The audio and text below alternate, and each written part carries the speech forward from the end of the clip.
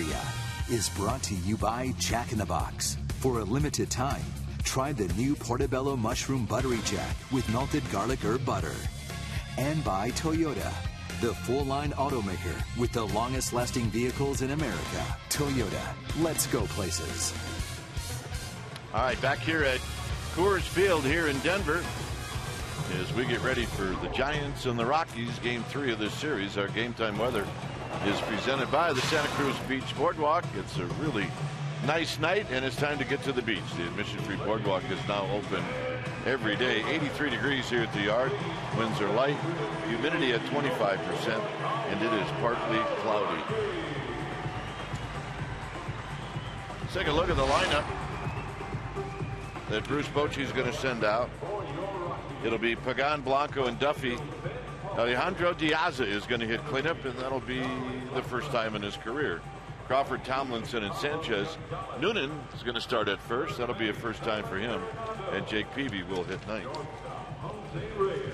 On the hill tonight for Colorado will be the right-hander Chad Bettis. Bettis, 6'1", 200-pounder. He's 26 years of age in his second year at the big league level. This is what he has done in 15 starts, 6-4 with a 4.78 ERA. And look at the strikeout total, 73 and 86 and 2/3. It's pretty good. It's almost one per inning. And why is that unusual? Because he's a sinker baller. You're going to see a low to mid-90s sink, curveball, slider, and a changeup. But when he's right, you're going to see a lot of balls put on the ground, and he relies on that sinker a lot. Let's take a look at the defense playing behind Chad Bettis.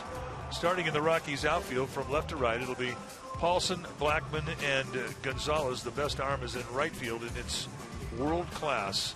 Reyes and Aronado on the left side of the infield. LeMahieu and Morneau on the right side of the infield, and Garneau will be in the squad putting down the signs. Look at all the guys in the infield. You think you're playing LSU. LeMahieu, Morneau, Garneau.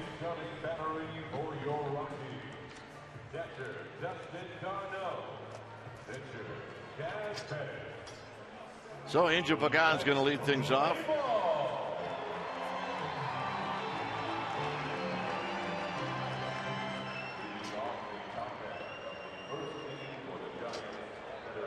So here's Pagan.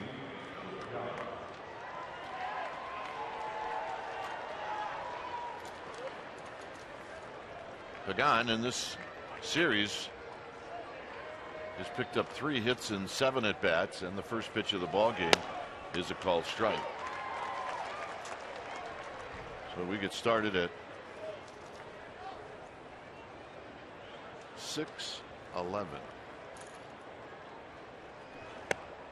and that tail's just a little bit outside. Kerwin Danley calling balls and strikes. Fairchild, Hoberg, and Joyce from first to third. Kerwin Danley behind the plate. I mean, he likes the low strike. His zone's kind of narrow. If he has any width, it's on the first base side of the strike zone.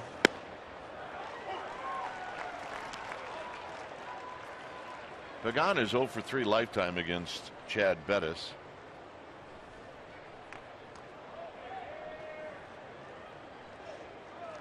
And the right-hander deals, and this is rolled fair down the right field line. So Pagan is on the move. It'll kick away from Gonzalez, and Pagan's got a leadoff double.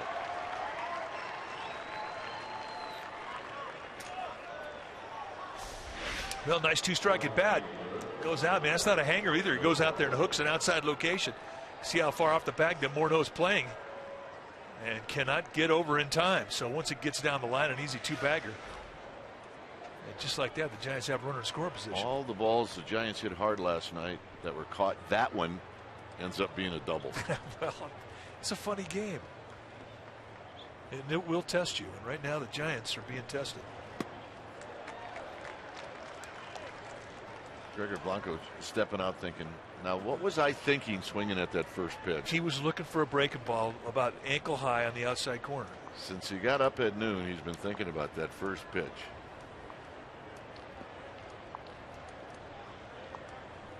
Wind's blowing out to right field right now. Storm coming out of the west. And take a look and see what Bettis features. Just about 60% of the time you're going to see that sinker. He will cut it on occasion. And the curveball, slider, changeup, those are his specialty pitches. He likes to throw that curveball more to lefties, changeups more to righties. I beg your pardon, vice versa. And there's the high fastball.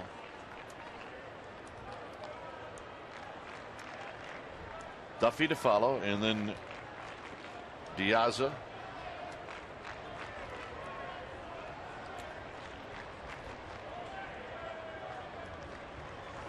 Outside, not by much. 2 balls, 2 strikes.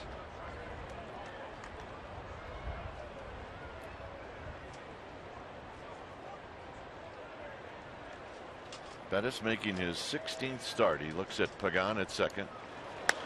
And this is driven down the right field line. Foul. Little golf shot. Easy down there.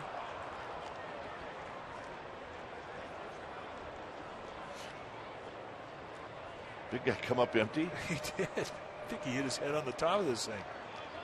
So he's okay. Yeah. Sunglasses not broken. We're good. Hey, making the effort for Junior. 2-2 pitch. Pop back and out of play. I mean, watch, he jumps right up into the. Ow! That's like the old dugout at Wrigley Field. There's not a lot of give in that steel beam either. Isn't that why you used to take the little thing off the top of your cap? When they put the new dugouts in Wrigley Field, you would sit and your head would be about 6 inches from the ceiling of the concrete dugout. And the very first time somebody, I think it was Dave Kingman, hit a long home run, we all jumped up to see which way it went. And 19 guys hit their head on the top of the dugout. And 19 guys immediately took their hats off and took the little button off. I can see that, man. 3-2. Foul back. Good battle. Starting to get windy. What does that mean? Does that mean something's all right? Time to check the old apps. Well, for the most part, when the weather comes in, it comes in out of the west. And that means that the wind is blowing from the left field foul pole to right field. And it's howling right now. Down the left field line and out of play. Well, there is some rain around the area, but the best I got right now is drizzle.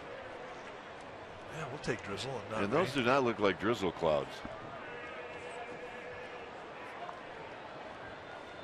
3-2. And a shot to right. And Gonzalez is to come in and make a great catch. And Pagan got doubled up. Unbelievable. Pagan saying, look, I'm waiting for you to call it, but it was the first base umpire's call.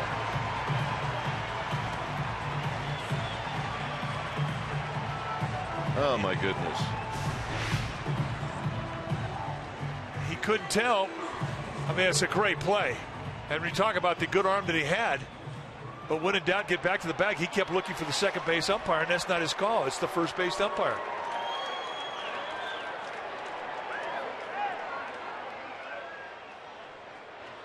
They're going to look if A, Gonzalez caught the ball, and B, if indeed the ball did beat Pagan. I think that the ball did beat Pagan to second.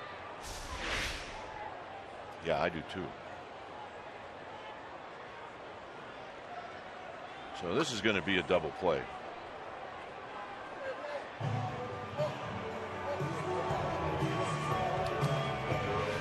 Yep. Daly's going to go over and talk it over with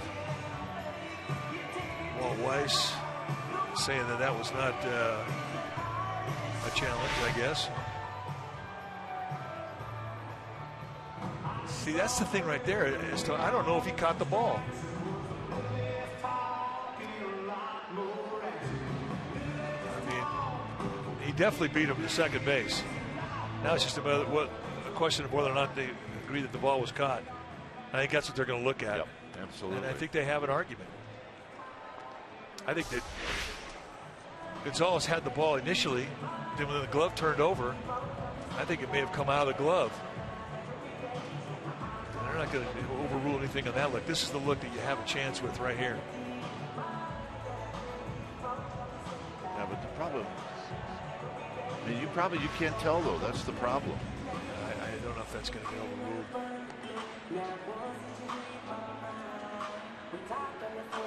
This replay review is presented by Xfinity.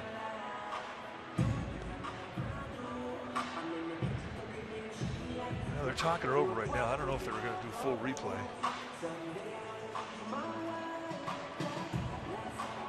Chad Fairchild was the umpire out at first base who was trailing the play in right field.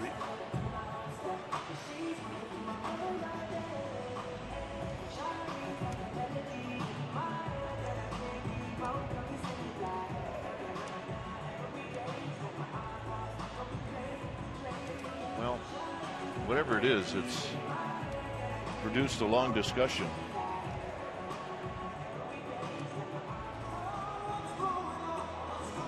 Well, maybe it's going to be a review, but it's not going to be deemed a challenge. The crew chief has the right to review it on his own.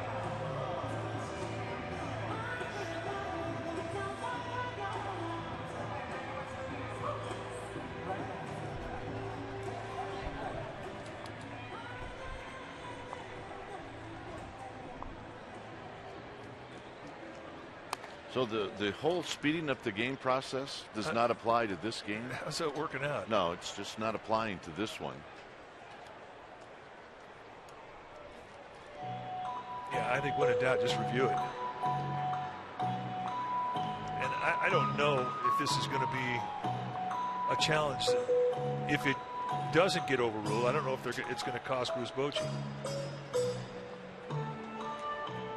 They've already been looking at this for New York. They've had plenty of time to review it, so I'm sure this should be pretty quick.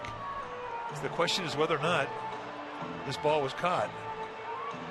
And it could have, and I think the Giants are saying it was pinned against the ground, that he indeed did lose command of the ball.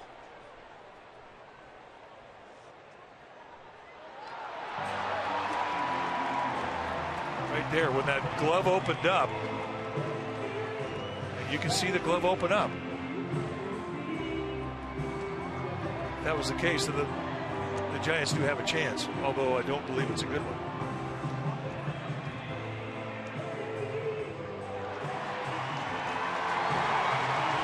So it's a double play.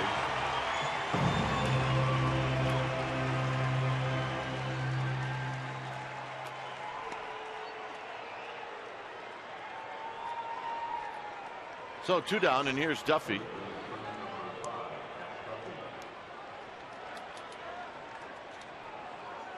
Remember what I said about hitting the ball hard? And so far it hasn't changed. Here's Duffy who takes down low. Great at bat by Blanco.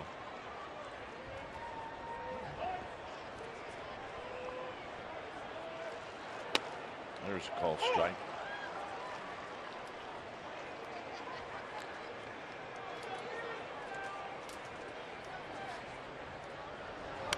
Duffy fouls this one to the backstop.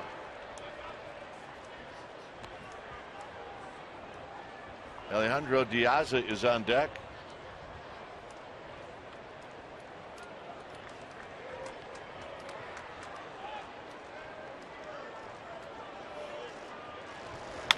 This is hit up the middle and a base hit. So Bettis not exactly tricking the Giants right now.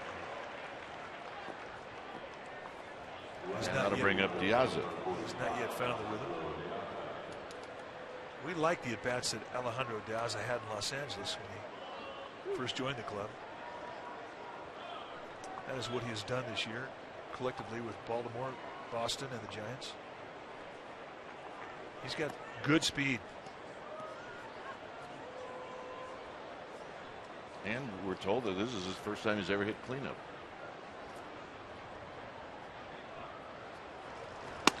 Outside, 1 ball and no strikes. Well, there's a few firsts in this giant lineup tonight. First time Nick Noonan has ever played first base.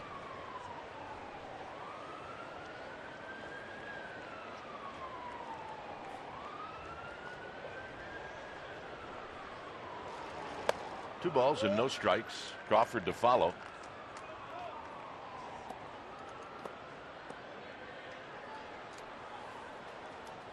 Giants are banged up. Annabelle has the flu. Noriaoki is having recurring concussion problems. Andrew Susak has been sent back to San Francisco to have more examination on an injury to his hand. Buster Posey is just, because of the nature of the position, the catching position, he needs a day off. Day game tomorrow. Bumgarner's pitching. He will play tomorrow, but tonight he has to have a day off.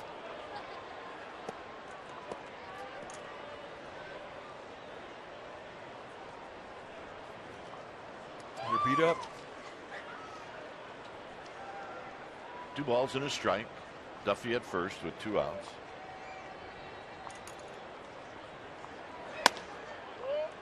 And it's 3-1. And Diaz has got some power. I mean, he had that one year with the White Sox where he hit 17 home runs. He had 17 home runs in the big leagues.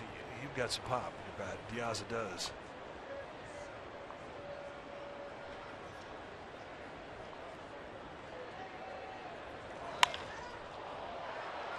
Center field, Blackman. And that'll end the inning. Peavy coming out.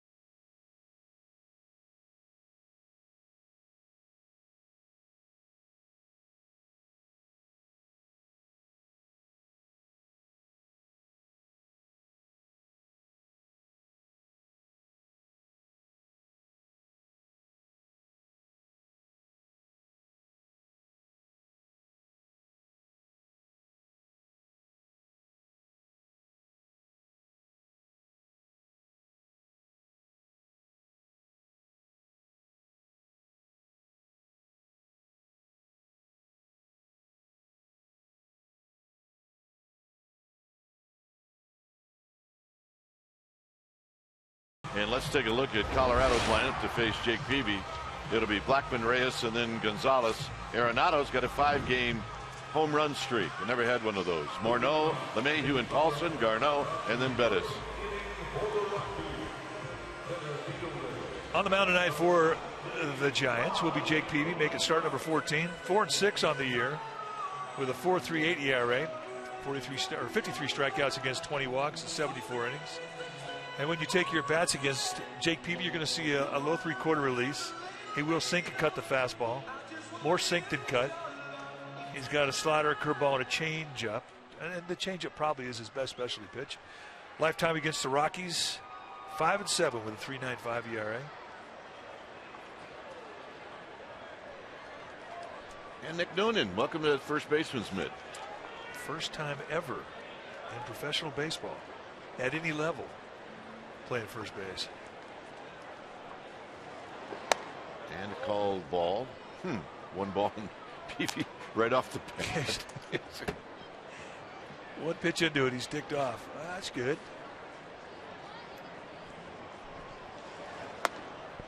And the same pitch, it's 1 ball and 1 strike.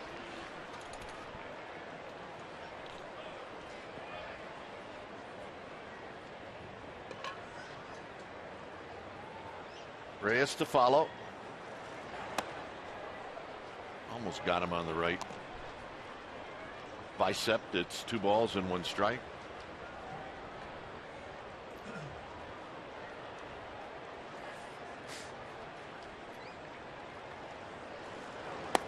Three and 1.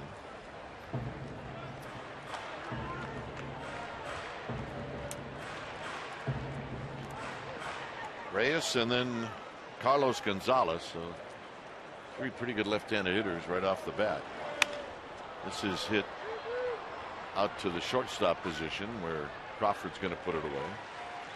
Let's take a look at the Giants defensively tonight behind Peavy. Starting in their outfield from left to right, it'll be Diaza, Pagan, and Blanco. The best arm in left field with Diaza. Crawford and Duffy on the left side of the infield. Tomlinson and Noonan on the right side. Hector Sanchez, he'll be in the squad, putting down the signs.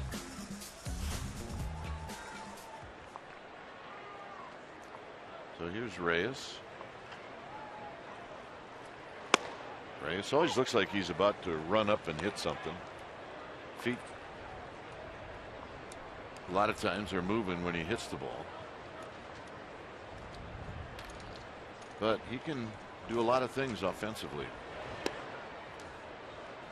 No, you're right. You can push bunt, drag bunt, slap bunt. And really, just a medium ground ball left side of the infield. If he gets to the shortstop, it's going to be a close play. He's got good speed.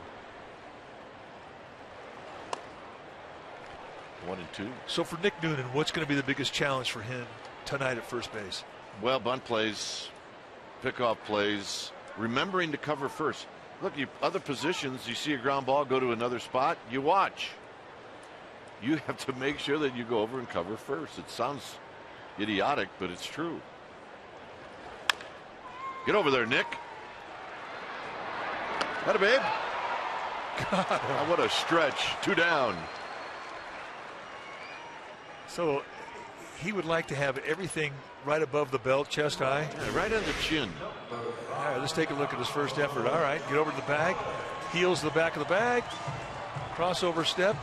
And smooth. Your footwork is never going to be perfect to start out with because you don't watch how first baseman's footwork is when you're playing another position. Yeah, if I'm Noonan, I'm looking at Crawford going, dude, chest high, thanks. Yeah. Seriously? Killing me over here. So here's Gonzalez. Remember, we've watched him now. He's in the swing mode. Well, in this series, he's seen 41 pitches and he's swung at 27 of them. He's had just 2 called strikes on him. He's hacking. You look at Hector Sanchez, and remember, Jake Peavy has a hard time seeing. He puts his fingers down Sanchez. That looks like a picket fence. Well, yeah, skeleton fingers. And they do that when he's pitching just so he can see and have great vision. Peavy's already barking at Kerwin Danley. Well, they have a little history.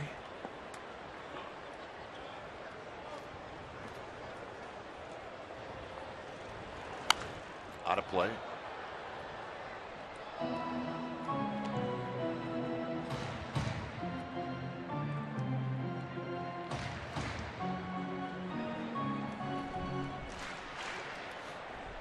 So 2 balls and 1 strike.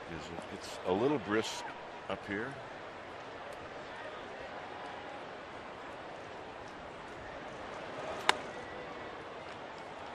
Three and 1.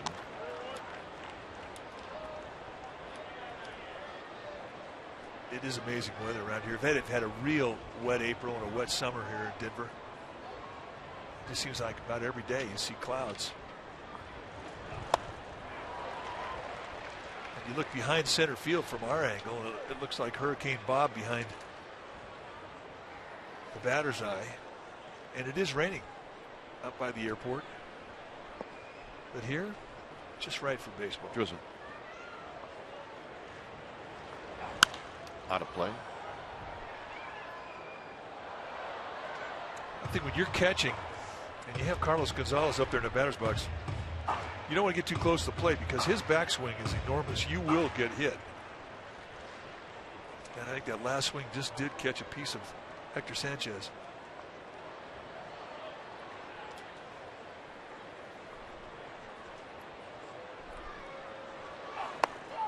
And the walk.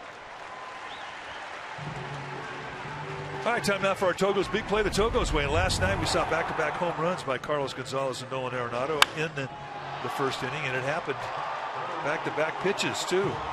That was a 3-2 slider from Chris Heston, and then at a first pitch fastball right at the belt, middle in, Aronado was looking for it and knocked it right out of here. And what a 1-2 punch these two guys have been. 36 home runs from Gonzalez, 35 for Aronado. They got a little competition going for the crown.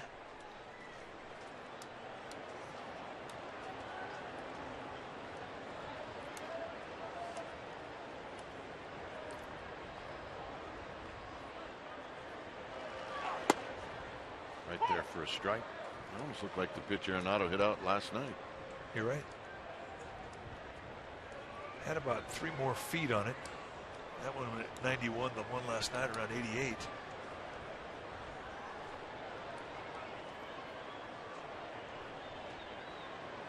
Right back in there at the belt.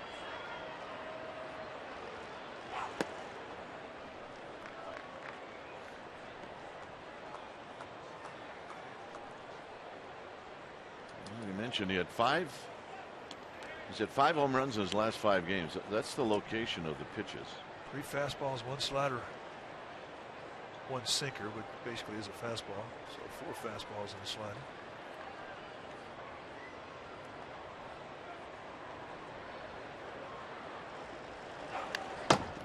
Well, 1 and 2. You know, he's not swinging for little doink singles to right field. He is trying to hit it off the scoreboard and left.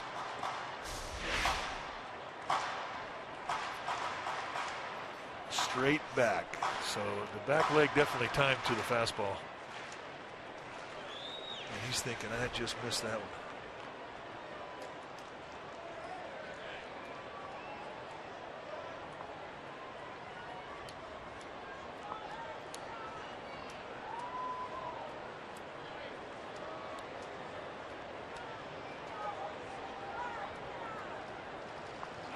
Look out. 2 and 2. And that's just a little reminder that, hey, overswinging kind of half ticks me off. So game on between Aronado and Peavy right now. This will be a spirited swing here.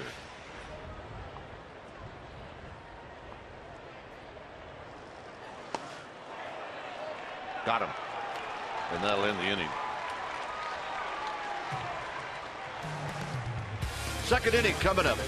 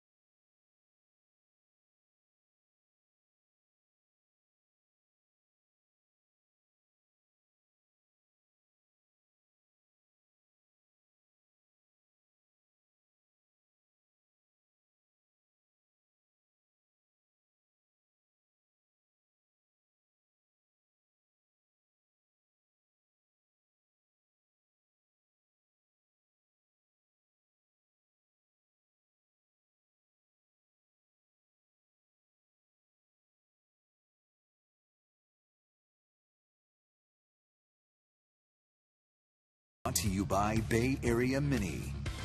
Well, the National League Western race is heating up. Giants host the Dodgers at the end of the month, September 28th through the 1st of October. And you check out the $25 dynamic deals on the games of the 28th and 29th. So go check out sfgiants.com/dynamic deal. So here's Crawford. Crawford last night made the final out. He hit into a double play, although hit the ball well. to the left side. Crawford 0 for 4. He ended up with 3 strikeouts. And there's a strike at the knees. He's faced Bettis 10 times. He's 1 for 10.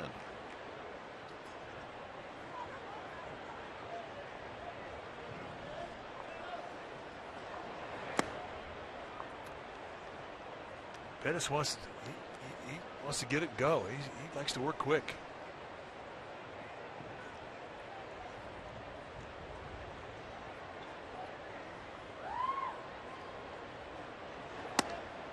Three and 1. Tomlinson and then Sanchez. The faithful are here. A lot of Giants fans. 3 and 2. Tucked in a little cut on the outside corner. Bettis can give you 5 or 6 different types of movement.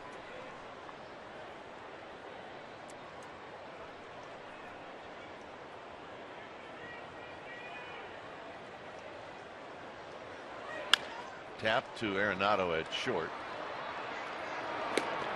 Crawford retired.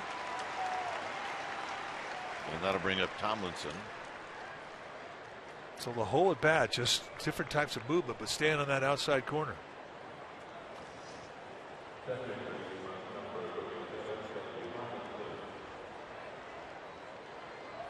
Tomlinson hitting at .316.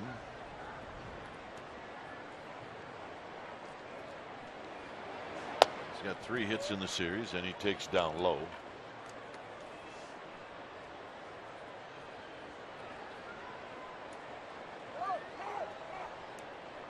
Like I said, Bettis likes to get it and go. Get in that batter's box. Make sure that you are ready and you're set. Don't let him quick pitch you. And those are things that Bam Bam Eulens will tell a young hitter like Thomason when he's going up to hit. After the end of the bat, foul. There's Sir Bam Bam. Sir Bam Bam it is. Knighted by Queen Beatrice.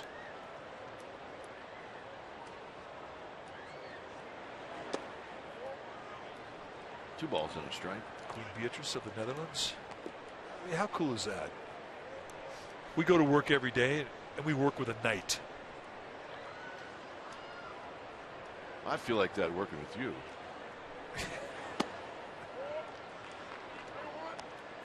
Well, I do. I think you should. I've always felt that way. Well, three balls and one strike. I should be calling you sir. Let's go. A little pop up down the right field line. Foul.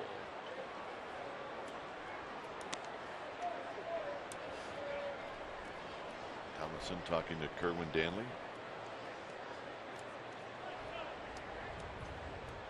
Hector Sanchez is on deck.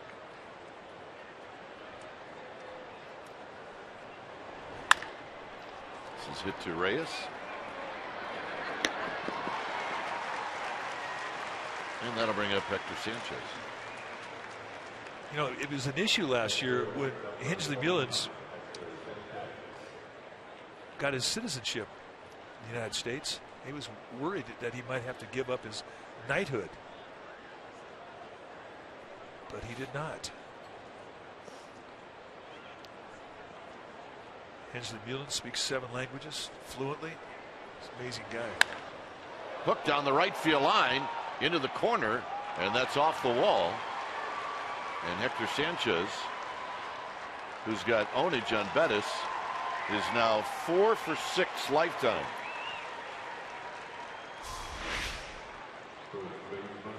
Down and in, little cutter right there at the knees. And Hector Sanchez loves hitting in this ballpark, continues to rake.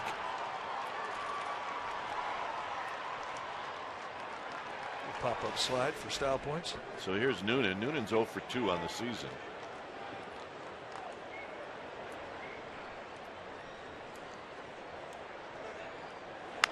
And he bloops one down the right field line, a base hit. Noonan's going for 2. He'll make it. Giants lead 1-0. You can hear a lot of Giants fans here tonight. standing applauding that one? Either that or Nick Noonan's family's in town. A lot of family. What do you say we make that our Ford right choice?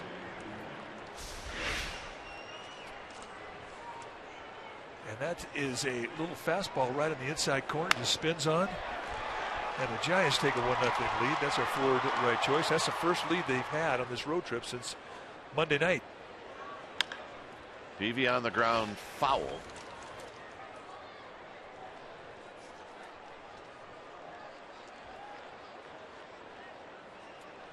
Hector back in the dugout looking for Aaron.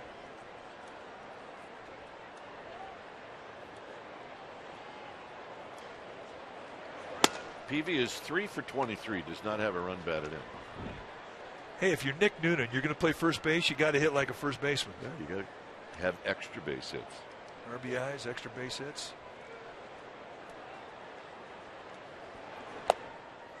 1-2.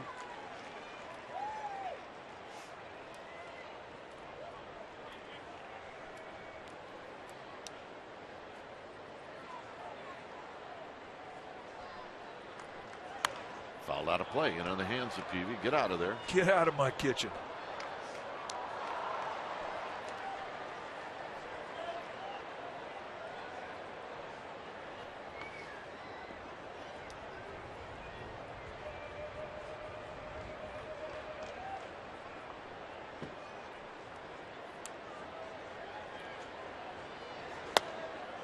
Two and two.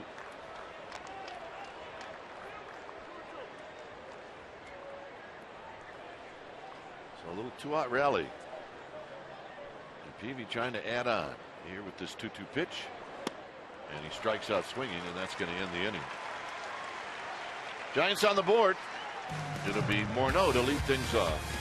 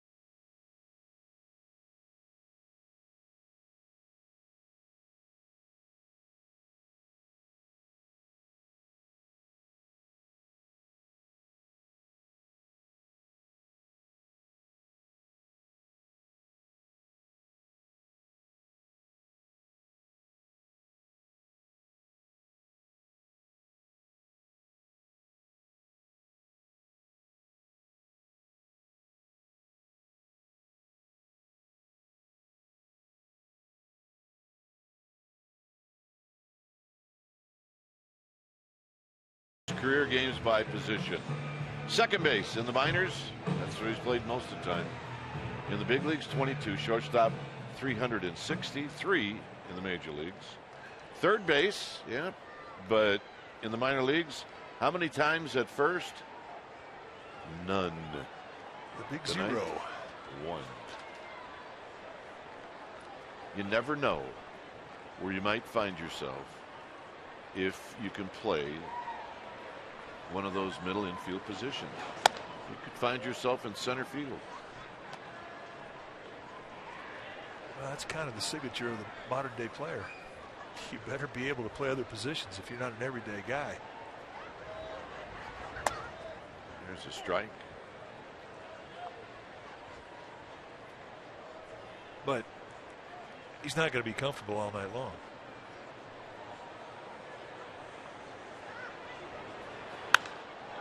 Hit out into left center field. Pagan's got it. Well, I think the wind really helped Jake Peavy on that one. As the wind was blowing across the field from left foul pole to right foul pole earlier, it just sort of changed.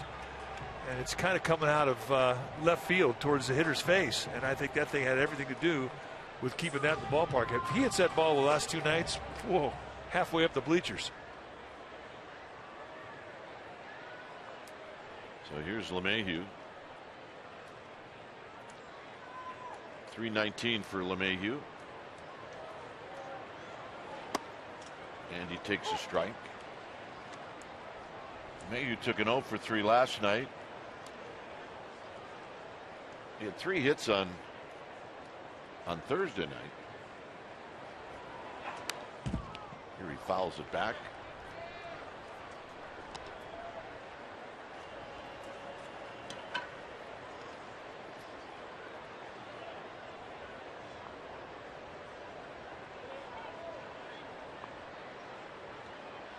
On deck is Ben Polson.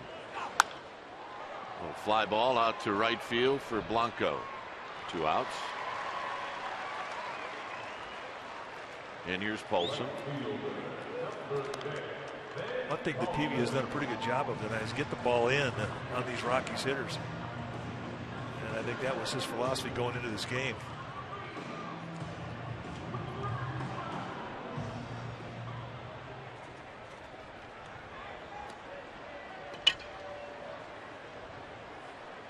Peavy to Polson. And a called strike.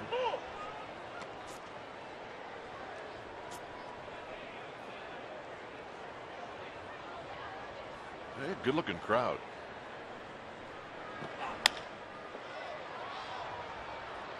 Diaz is coming in, and that's going to end the inning. 3rd inning coming up. 1-0 Giants.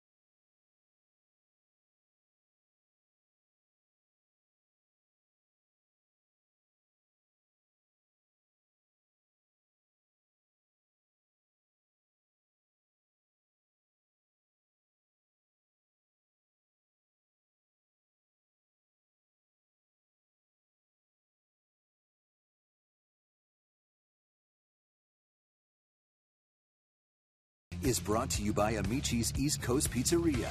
When you want the best pizza in town, Amici's delivers. 1-0 Giants as Angel Pagan's going to lead things off. And Pagan takes a strike.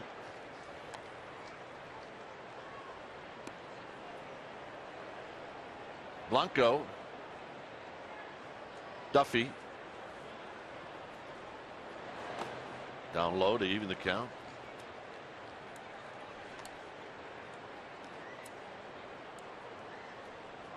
So Jake Peavy with a 1-0 lead.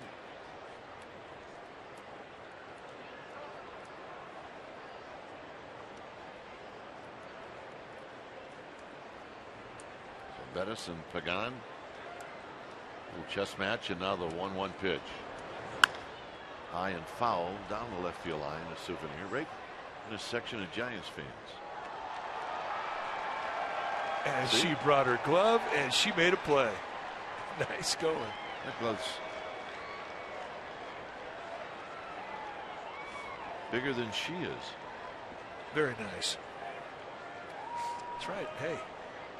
Yeah, nice play. Pagan hooks one down the right field line into the corner. It is out of here. His first of the year, and it's 2-0.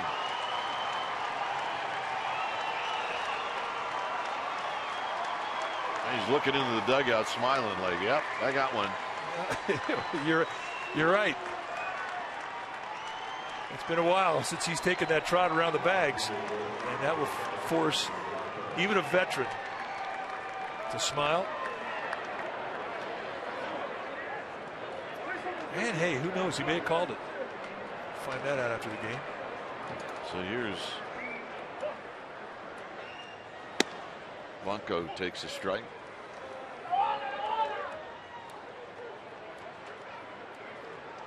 Home runs. Almost as good as a foul ball.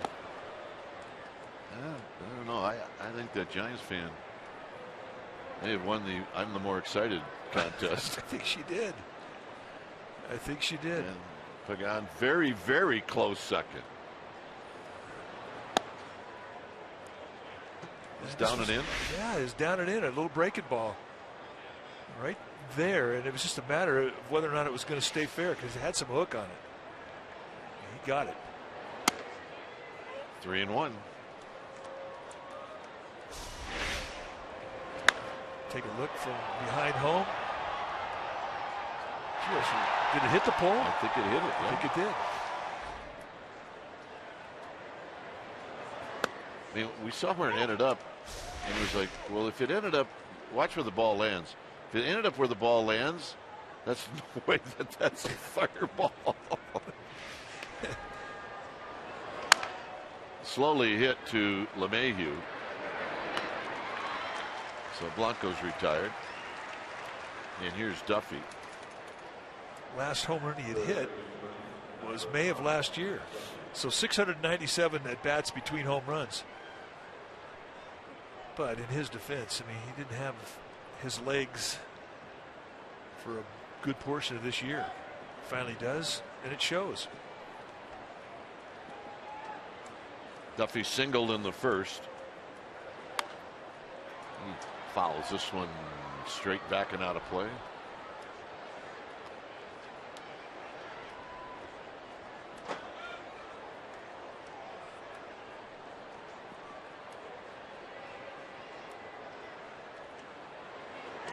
Down low.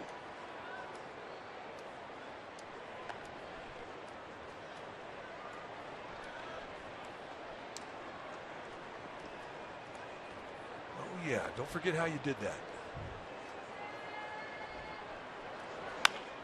Duffy, center field. 2 outs. Wow, you playing fantasy baseball? Well, MLB.TV serves up real-time highlights, pitch tracking info on your out-of-market fantasy players live or on demand on over 400 devices. Blackout and other restrictions apply. Get MLB.TV.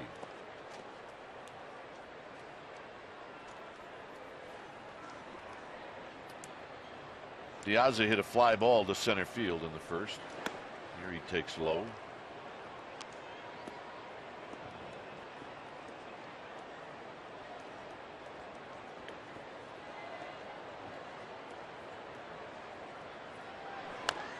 Dribbled foul at the plate. 1 ball and 1 strike.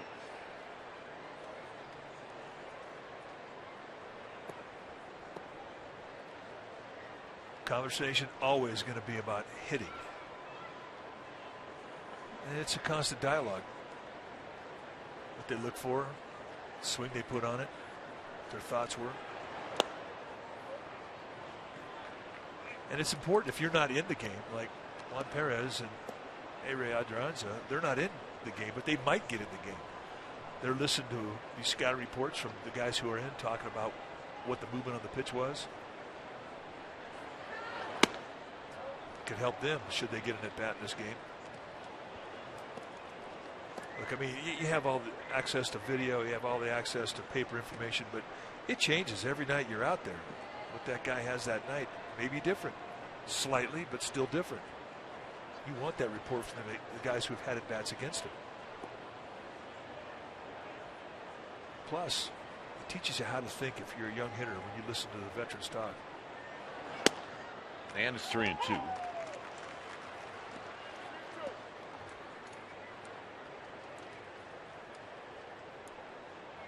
So what is the difference from a guy that is a good minor league player to being a good major league player? Well, it's between the ears. It's your brain. Lifted to left. It'll be Paulson moving back, and that'll end the inning. So Pagan hits his first of the year. He hits it down the line, and he hits it off the foul pole. And it's bye-bye, baby, and it's 2-0 Giants.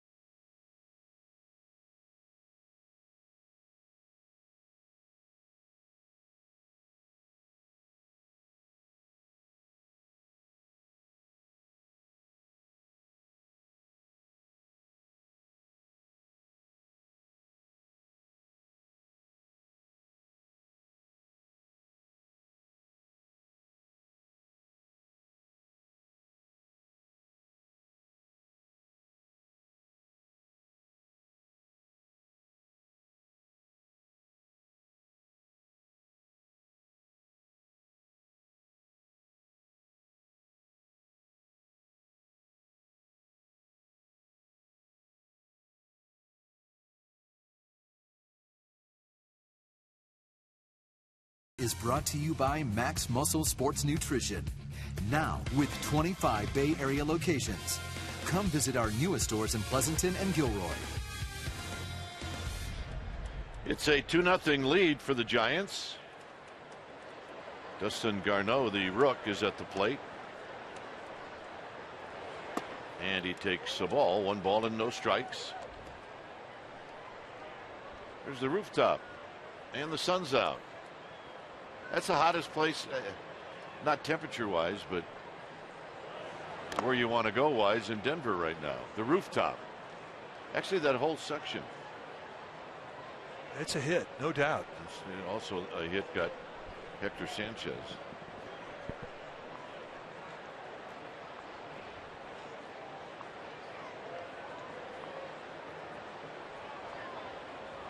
Just what you want to do when you get hit in the foot by a foul ball. Maybe it wasn't the foot. Well, we're going to say the foot, but we know different.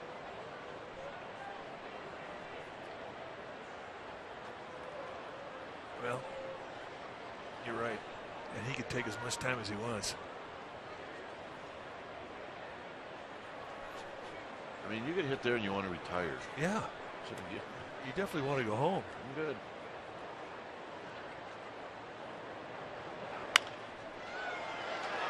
Duffy on the backhand. He slipped when he threw it, but he got him. What a play. No, I don't know what was more impressive. The speared backhand or being able to get something on the throw when his back foot gave way. I mean, here's the spear. That's a beautiful play. Now watch the back foot plant give. They threw a changeup over there, but they still got it over there in time to get Garceau. And there's the slippage, and watch the stretch from Nick Noonan. Oh, what an athlete. How about that? Nick Noonan playing first base for the first time tonight. Looked like he's played it his whole career. Here's Bettis. 1 for 23.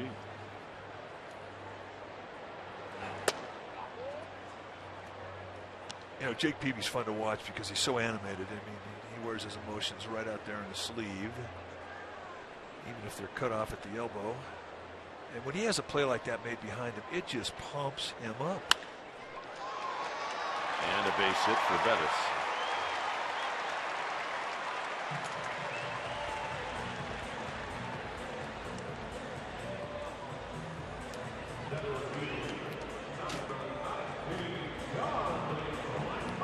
So here's Blackman.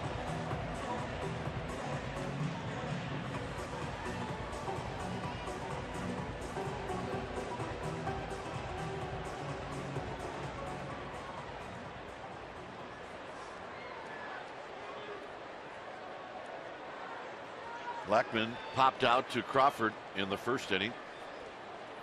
Noonan's going to play behind Bettis.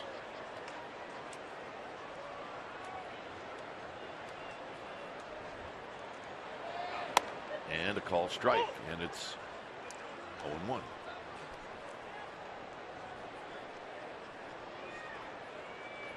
Duffy taking away the bunt, even on the grass at left field or at third base, pulled off the line a lot too. Left side of the infield is playing Blackman to pull.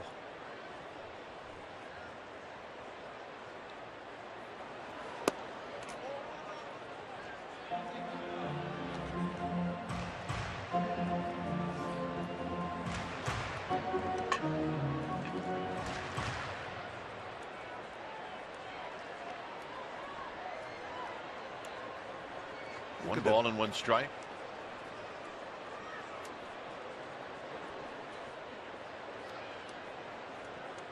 Look at that beard that Charlie Blackman has, and it looked like he was up in the Rocky Mountains mining for gold this morning, and then broke it off around lunchtime. Came to the ballpark, took his at bats. And he was disappointed he had to break it off. He looks like he should have been here 150 years ago. I could think of about 5 different shows that you and I watched where he could be on that show and he'd look like a natural. Justified, Sons of Anarchy, keep going. You fit right in.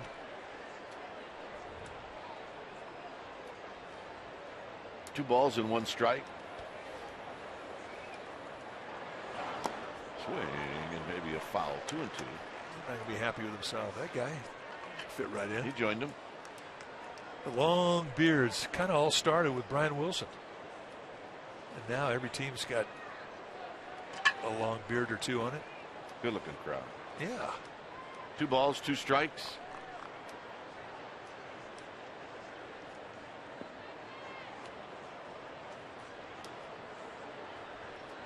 See my beard? Ain't it weird? Don't be scared. It's just a beard.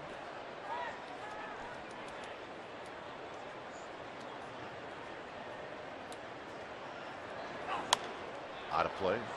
To quote the great George Carlin. But we definitely see a lot of long beards. In the dugout, in the stands. There was a time in the 70s, early, maybe before that, the Reds in particular. A beard? Seriously? That was not going to happen. You weren't allowed at any level of professional baseball to have a beard. Yankees are still that way.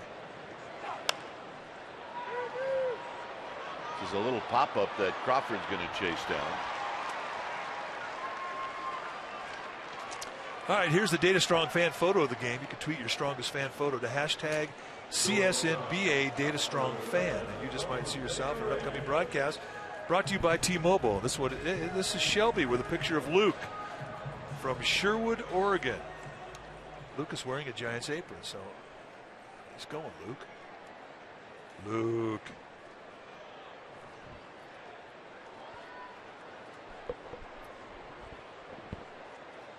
Here's Reyes.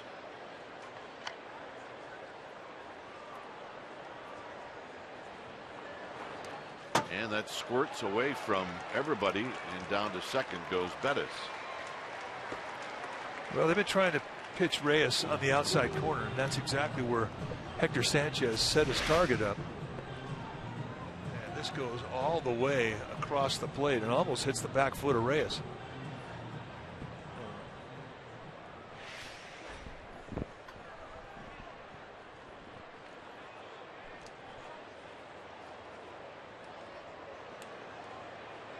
Reyes bounced out to Crawford in the first. Here he rolls it foul.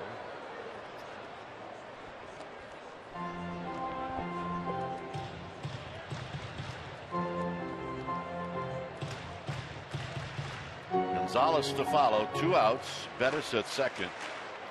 Peavy with 43 pitches. Giants with a 2-0 lead.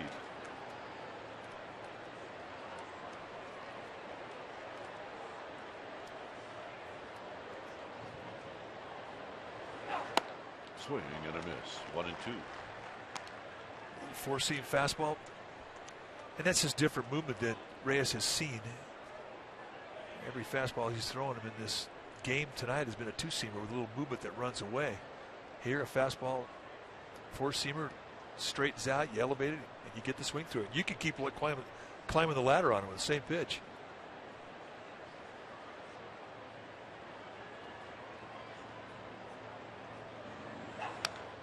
Back, because he will follow. Well, the radar gun here at the park had that at 93. So little old Jake Peavy's got a little left in that arm here in September. Yeah, 93 is a good fastball. There was a day, though, when he first came up with the Padres, 93 would probably be one of the slowest fastballs, and he'd go 95, 97 with big time movement. He was like Hudson, wasn't he? Oh, he was filthy dirty. Cy Young Award winner 2007.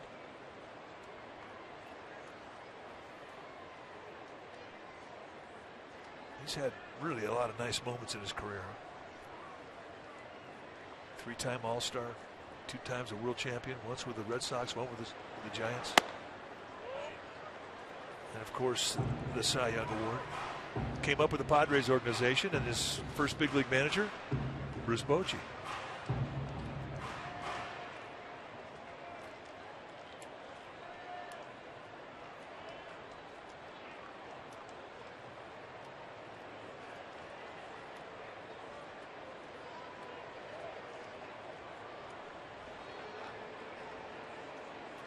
Two and two. And this gets away from Sanchez, and now Bettis to third.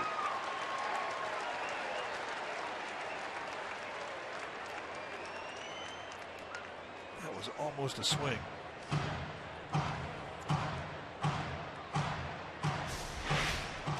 Let's take a look. Did he go? No. Completely spread out stance from Jose Reyes.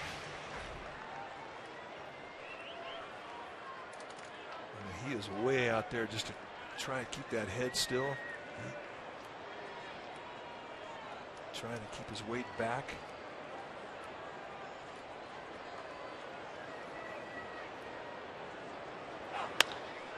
Hit out to right. Blanco is going to reach up. It's off the top of his glove. Reyes is going to end up at third. It's 2-1.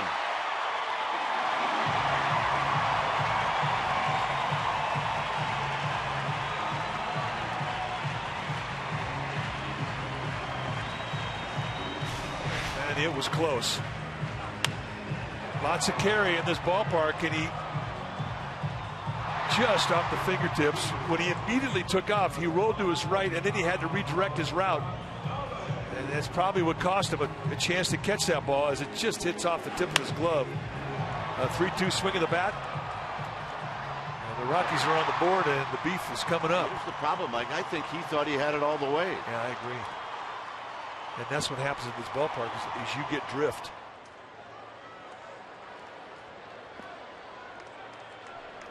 Just off the tip.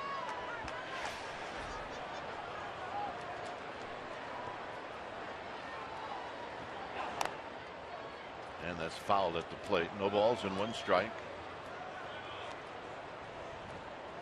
As far as wind is concerned, tonight has been the most difficult wind field to play because the wind has changed 3 or 4 different times. First 2 games in this series, there wasn't a whole lot of wind at all. But tonight that has been an issue.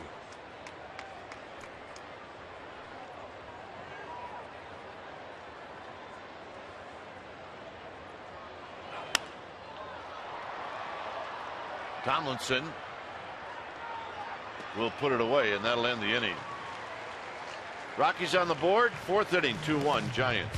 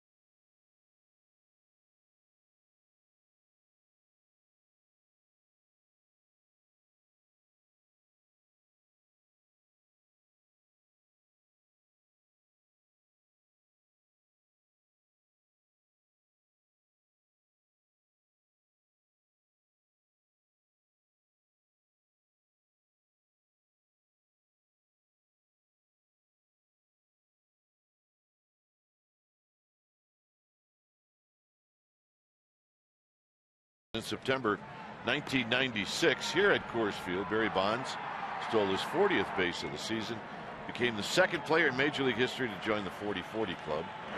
The other, Jose Canseco in 1998. If I remember Alex right. Rodriguez, Alfonso Soriano. But he pulled that base up. He didn't tell anybody that he was going to do it. And then they have another one. They made 3 for Coors Field. That's it. But that is quite an accomplishment. And that really was the highlight of that 1996 season.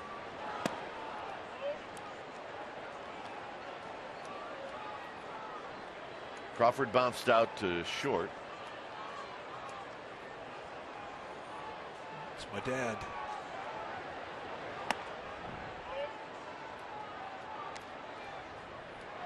Crawford sitting on 19 home runs.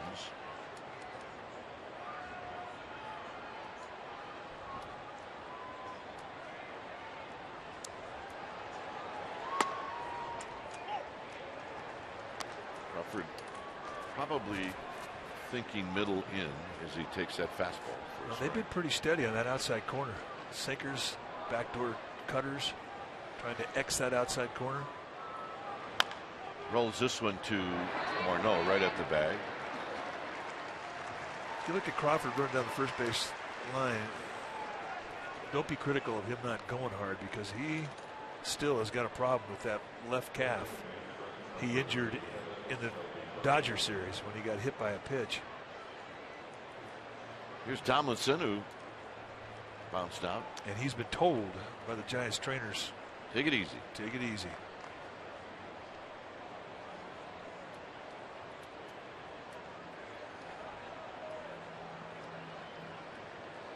So Tomlinson steps up. There's a strike and it's 0-1.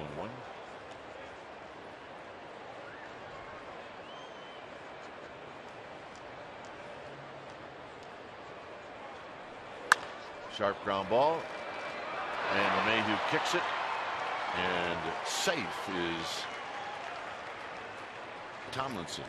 That does not happen very often. LeMahieu, a Gold Glover. And I believe it's going to be ruled an error. Yeah, it should be. And if it is, it will be his 8th error of the year.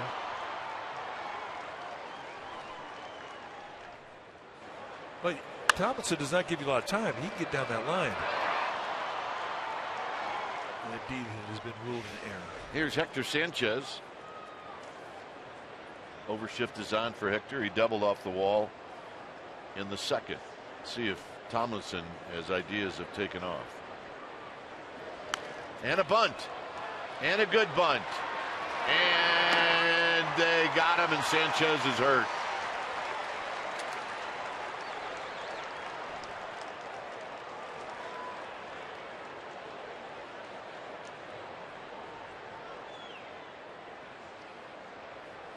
Hector Sanchez is hurt. I think it's the ankle, his left ankle. He was extending to try and get to the base.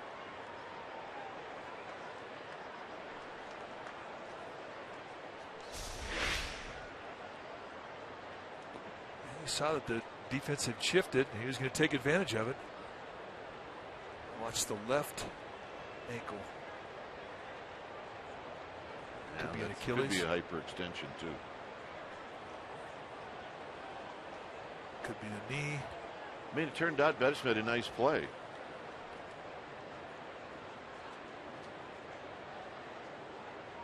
Oh.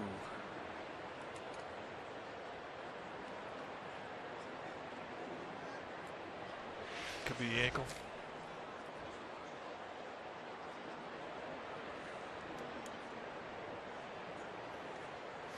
I don't think he's going to be able to walk off the field.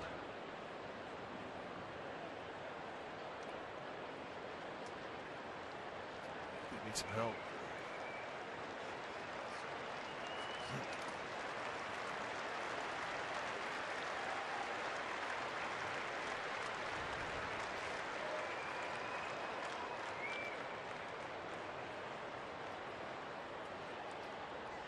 As it turned out, it was a nice play from Bettis, the pitcher. It took a nice play to get him. I thought it was a hit immediately. So the Giants down to one catcher, and that would be Buster Posey. Andrew Susac has left the team to go back to San Francisco to have the injury to his hand looked at by a specialist.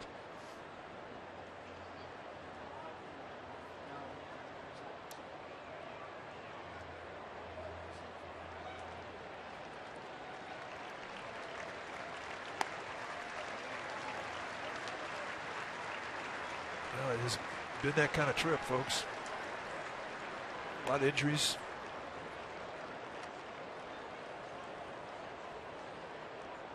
And this does not look good. Well, not to be taken too seriously, but incredibly, the official score gave Sanchez a sacrifice bunt. Pete LeClac was right. So here's Noonan. Noonan shoots it up the middle off of Bettis, and it's going to carry him right to LeMahieu. That's the way it goes. That was ticketed to center field. Not so. Posey coming out. Wow, sneak bit.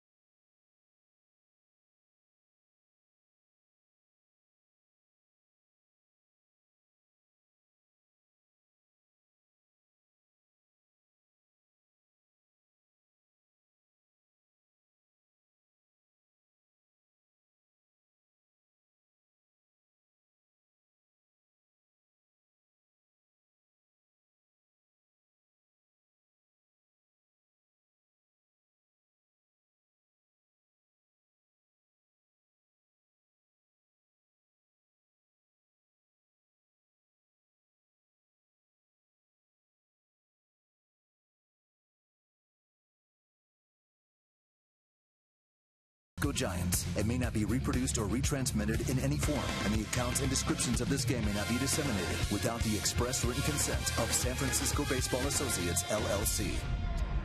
Well, Giants fans and parents of our young Giants fans with peanut allergies, the last peanut allergy-friendly game of the season will be held on September 18th as the Giants take on the Arizona Diamondbacks. You can come out to AT&T Park and sit in a designated section worry-free from being exposed to peanuts. So go to sfgiants.com/special events to purchase tickets and to learn more about this special program.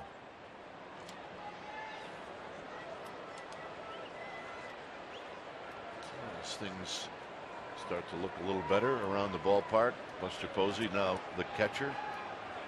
It's Nolan Arenado, the hitter.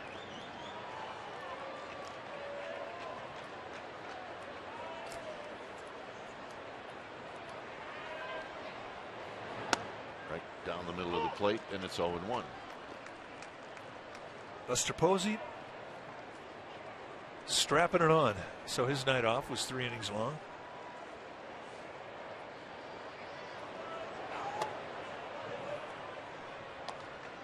And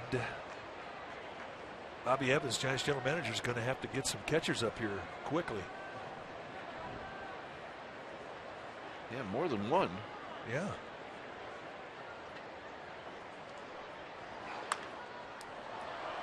Out of play. It's 1-2. Giants had 3 catchers with Susac, Hector Sanchez, and Posey, and then all of a sudden they're down to 1 with the injury to Sanchez and having sent Susac back to the city to be re-examined with the hand injury he had happened to him about a month ago.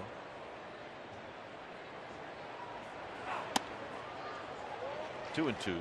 The other question is, we talked about all the chalk on the fingers and the game signs on the fingernails of Hector Sanchez.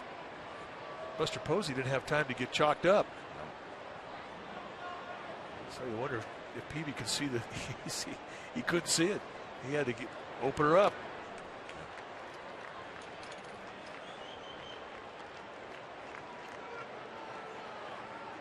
Three and two.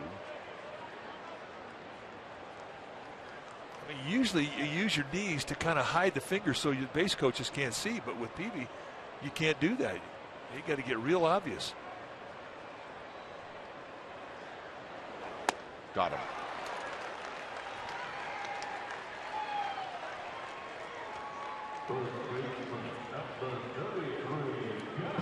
So if you're sitting at home and you're wondering who is the next catcher behind Posey, well, we're figuring it too. There's the open up wide, and this is what it resulted in. 3-2 challenge fastballs, grab some pine. He had to just yell out to him. Well, yeah, have a code. There's foul backing out of play. Well, he'll have time after this inning's over to get back in the dugout and chalk up and just get the game signs on. Last odd number fastball. 43.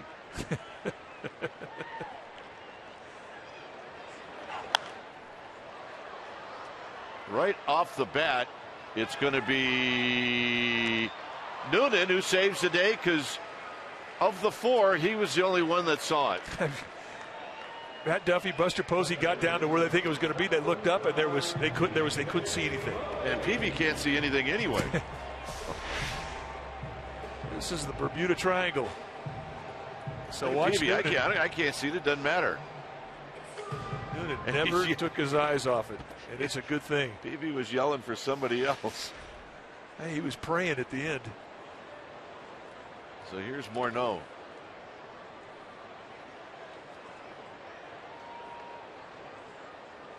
Or make that LeMahieu cues this one to Noonan. Nothing to it. Side retired. I'm thinking Gold Glove. It'll be Peavy to lead things off.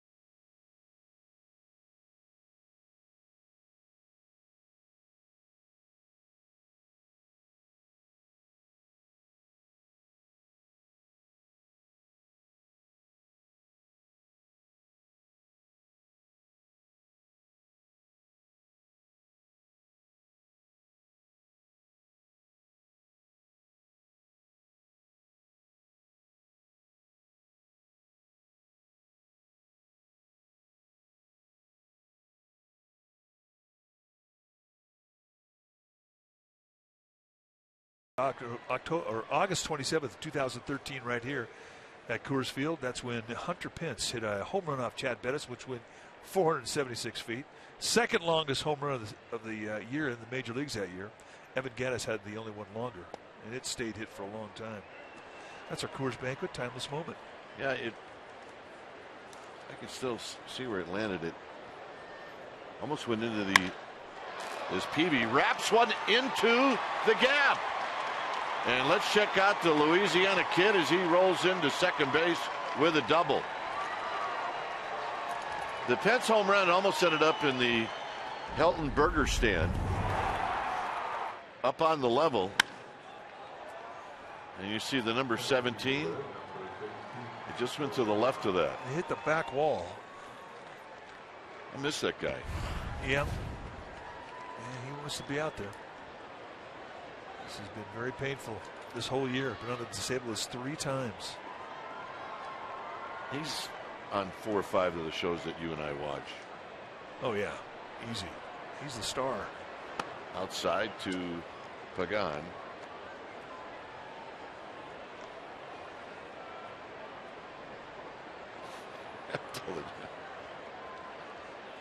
He and Boyd Crowder could have been buddies. Oh yeah. 1 ball and no strikes. There's a strike to Pagan.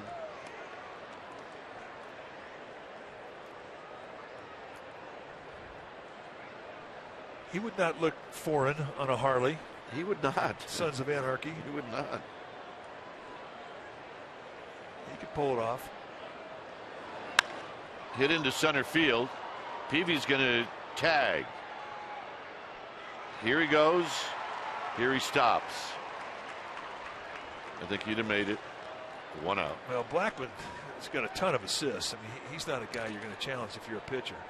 Now, if you're Gregor Blanco, maybe, yeah, as deep as that fly ball was, but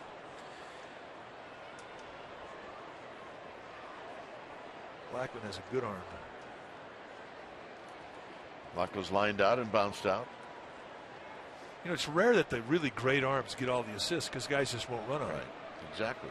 But the guy who's got just a little bit better than an average arm, but a quick release and an accurate arm like Blackman, those are the guys that get the assists. Yeah, plus, in this park, because it's so big, people are going to think they can take that extra base. It's low.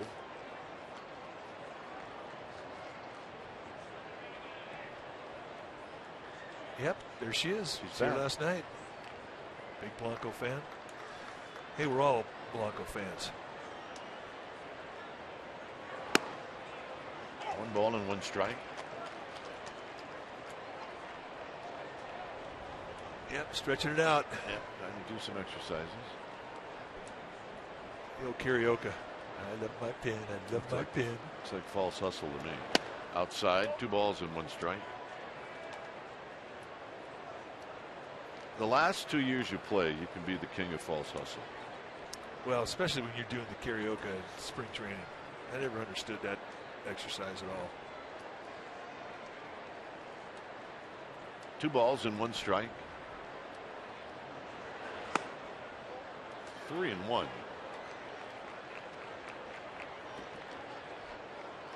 There's your backup catcher. Juan Perez, he is the backup guy. And he's got a catcher's glove on.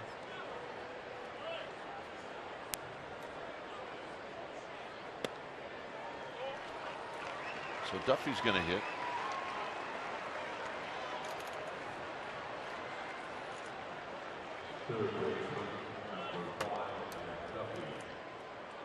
There's Buster. He's doing the deal. Yeah, he's getting the game signs on.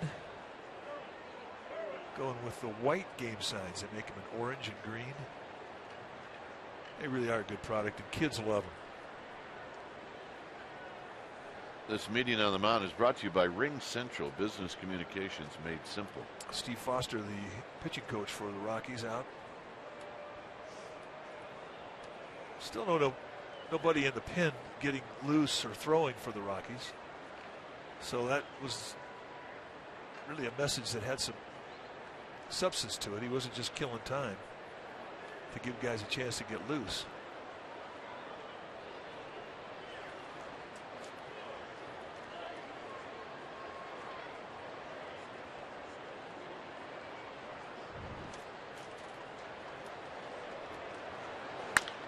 foul.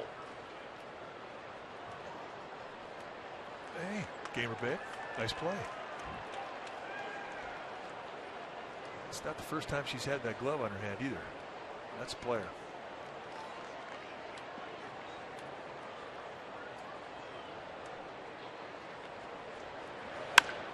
Well into left center field. Nobody's going to get it. It is up against the wall. Peavy scores. Blanco's right behind him. And Duffy picks up a pair of RBIs.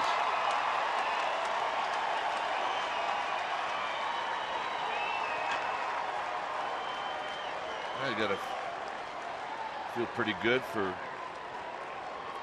Matt Duffy, who now has 63 RBIs on the season.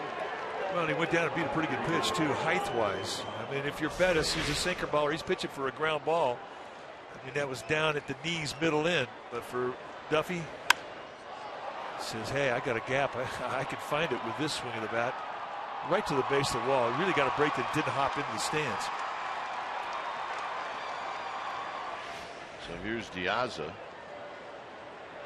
And he drives one to right for her first hit as a Giant, as Duffy's going to be held up.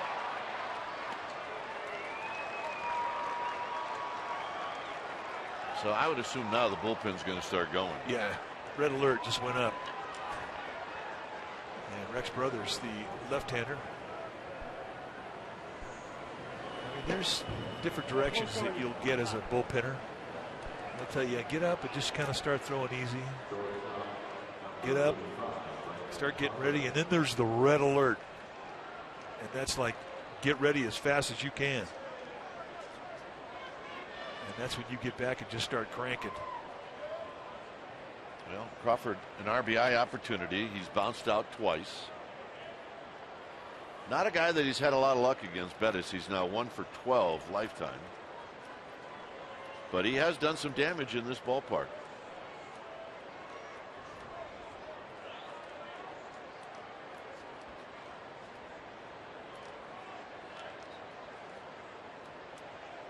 Now they've been pitching him away steadily.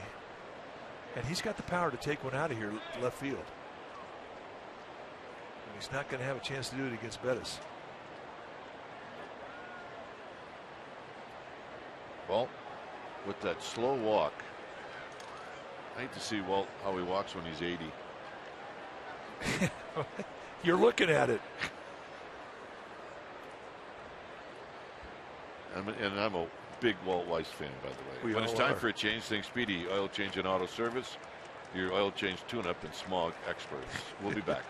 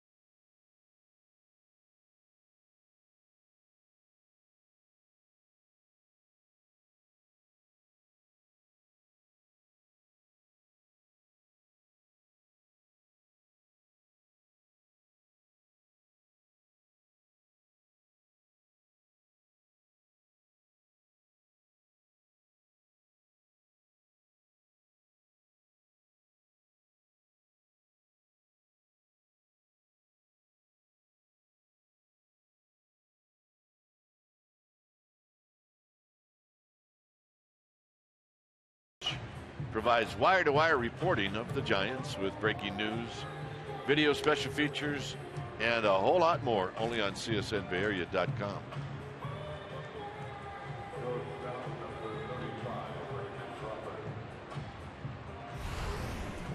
New pitcher now for the Rockies is going to be the left-handed Rex Brothers. Brothers, one of 4 lefties that the Rockies have in their bullpen. This is what he has done. Got a good fastball. He'll go low to mid-90s with the fastball and a hard slider. And I would imagine you're going to see a lot of sliders in this at bat. 4 walks in 3 2/3.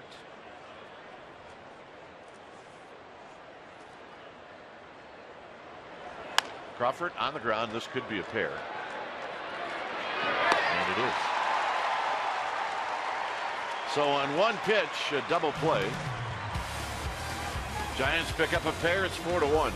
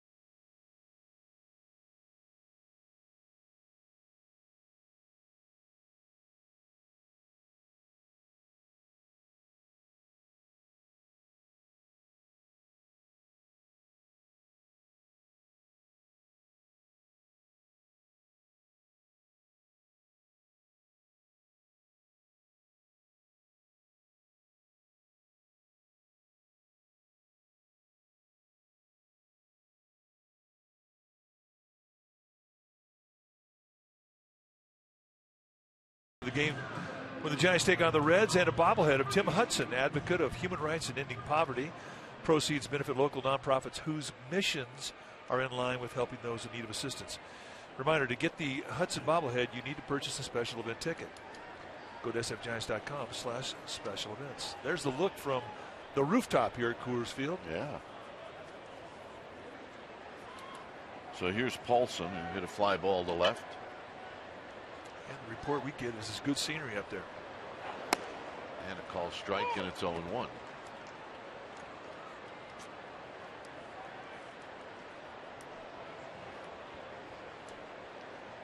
Dustin Garneau is on deck. Swinging a foul. Right over the shoulder of one of the security people who sits right in front of Renee Latchman.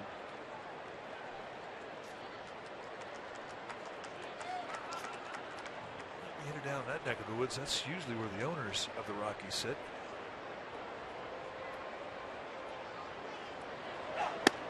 Ooh, 1-2. That's perfect 0-2 pitch. So, Madison Bumgarner fan? Or is that Madison Bumgarner? No, it's a fan.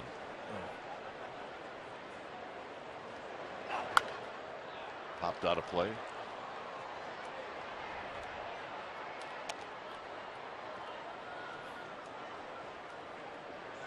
Good crowd here tonight.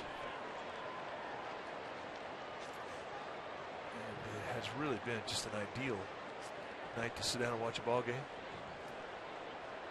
The winds that we had earlier in the game are gone.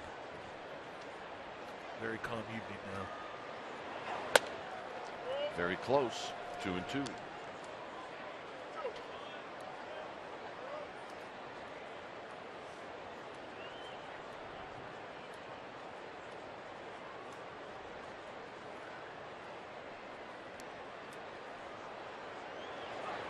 Got him. High fastball has been such a good pitch for Peavy tonight. So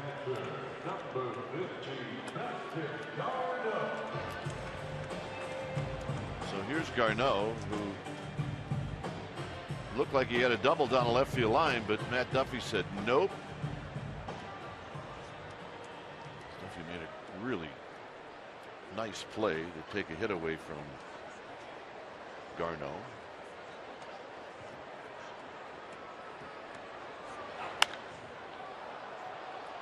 Shallow center field. Pagan says, I got it. 2 outs. 1 pitch out. Thank you very much. And Elvis out. Thank you very much. I think a rod back every time it happens. I know.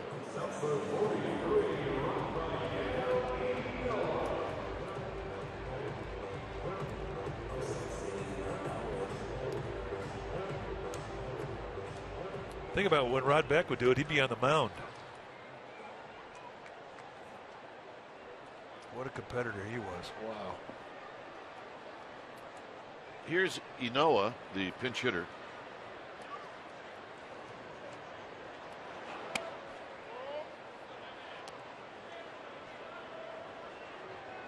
Brought his glove. I always tell the Giants fans. Last row of the upper deck, and that is an optimistic fan. There's a called strike. No, I do believe he has better seats than that. We will see that on occasion. And there'll be a little leaguer up there at the top row with his glove on, ready. I love it. That is that is the true picture, man. That is best.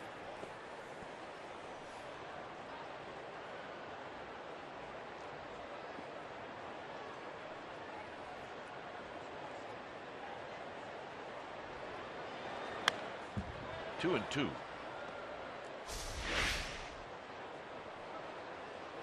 Seen some really great plays in the stands tonight. This is a gal who brought her glove, saved her date. I mean, that's a player. Well, absolutely saved her date. Her date came in Rockies gear. No glove. Got him, and that'll end the inning. Come on. Killing me. Plus the sun's not out. Meat.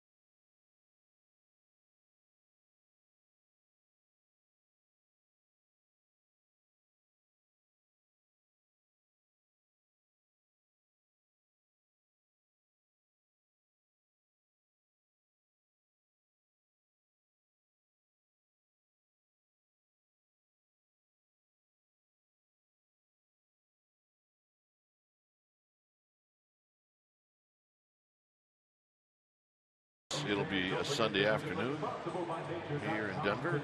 Pre-game live will start at 12:30. We'll have the game for you right at the top of the hour on CSN Bay Area, as will the next 3 after that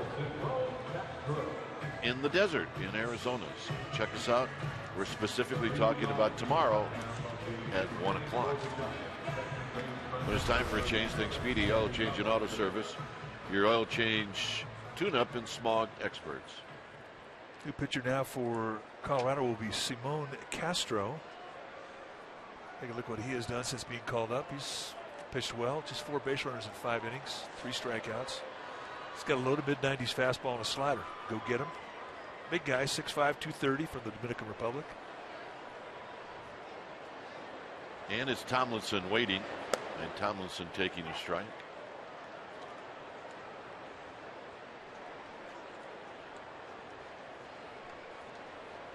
Buster Posey's on deck.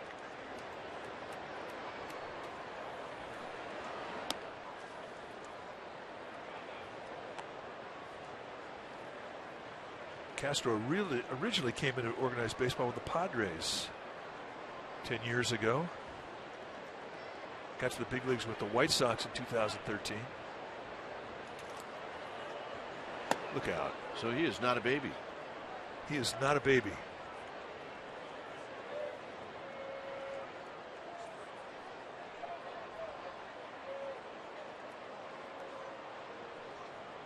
Born in 1988.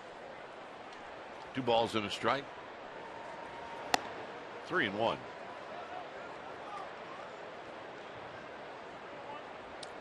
He looks, he's kind of have one of those long arm deliveries where when he releases the ball, it looks like his arms elongating towards you as he's throwing the ball. Kind of a spooky at bat.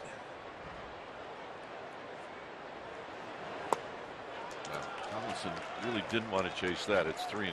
That's a good slider.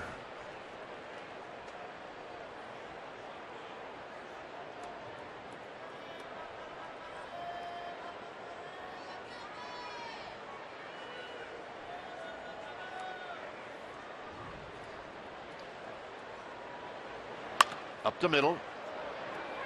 LeMahieu throws him out.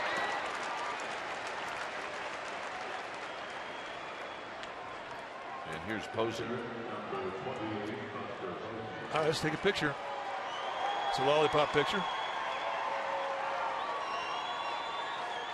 I don't think the woman on the left is too happy that there's a 1.5-year-old in the seats next to her.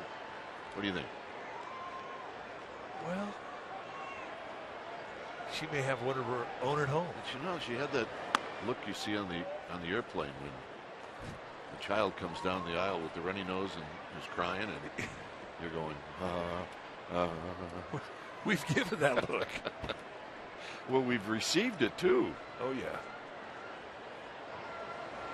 Posey with a base hit past Aronado.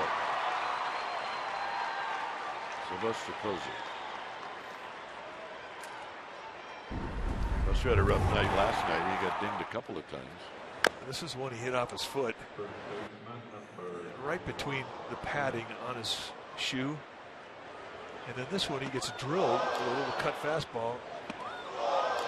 And that hit him direct. You see a ball just drop straight down or come back towards the pitcher, you know it was a direct hit. So tonight was supposed to be his night off, but an injury to Hector Sanchez pressed into duty, and he gets himself a knock. Here's Noonan.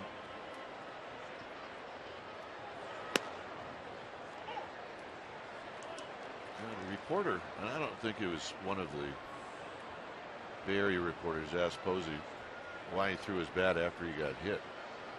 He asked him that after the game. Clearly a guy who's never been hit up there.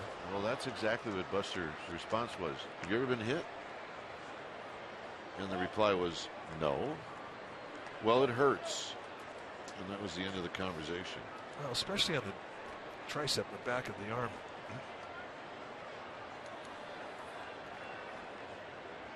There's a reason why those guys wear those protective pieces there.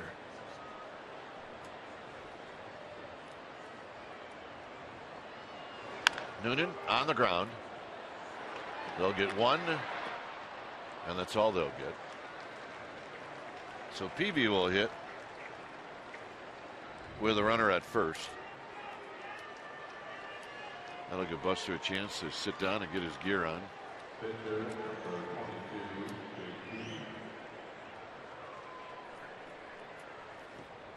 Well, it'll be up to the Giants. You're right. You mentioned it earlier, to get somebody in town before the game starts tomorrow talking about the catching position. And somewhere down the road, maybe more than one. Peavy takes low. You know, that's such a position that is exposed to injury at any given time. A foul ball, break a finger. Had it happen one year when I was with the Cubs. We were down to one catcher, Dave Rader, and he tore a hamstring. And he had to finish out catching the game with a bad hamstring. I don't think Peavy appreciated that fastball inside.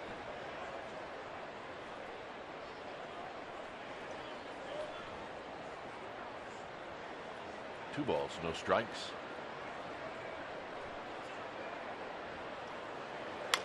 Taps it foul. 2-1. Remember Dave Rader? Good catcher. Yes, of course.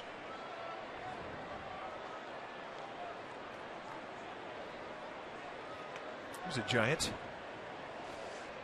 Good one.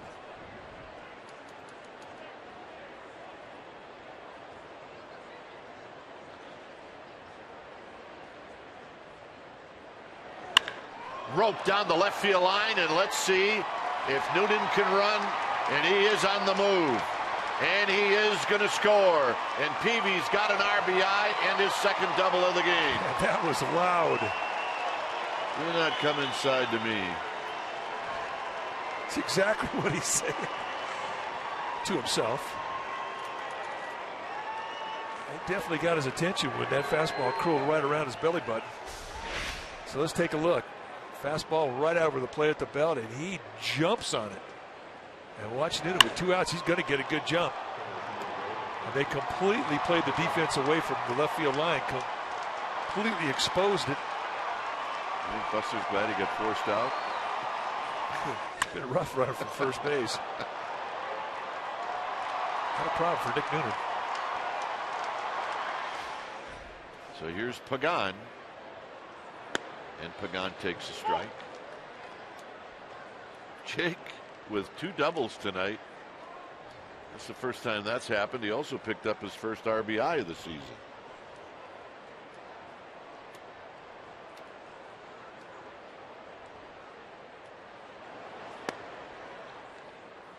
Pretty good pitch right there. I think he just crossed up his catcher. I think you're right. Aronado going to come out. So, dude, it's first sign. First sign I put down, that's what you throw. All right, here we go. He's looking slider, and he gets a fastball, and that is when you can hurt a guy.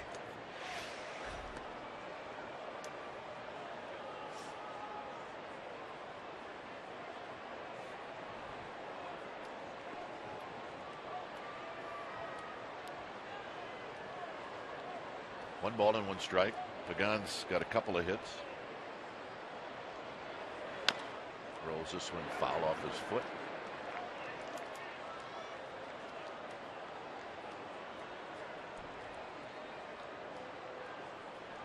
Made a friend, made a fan.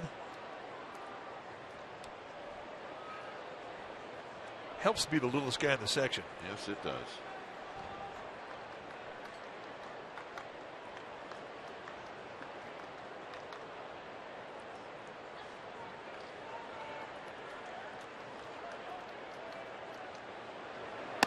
Two and 2 to Angel Pagan.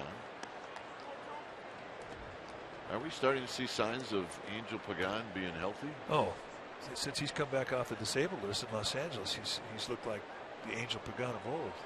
Moving around well. He's got nice balance in his swing. He's using his back leg to push off.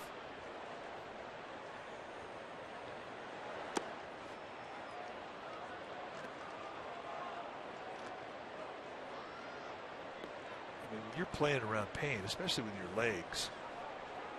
You're not going to get a lot of power out of it, which explains why until tonight he hadn't hit a home run.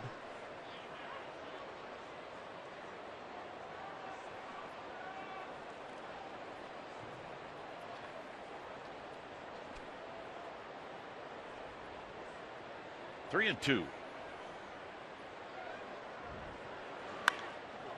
And this little pop-up is in shallow center field, and Reyes is going out, and that'll end the inning.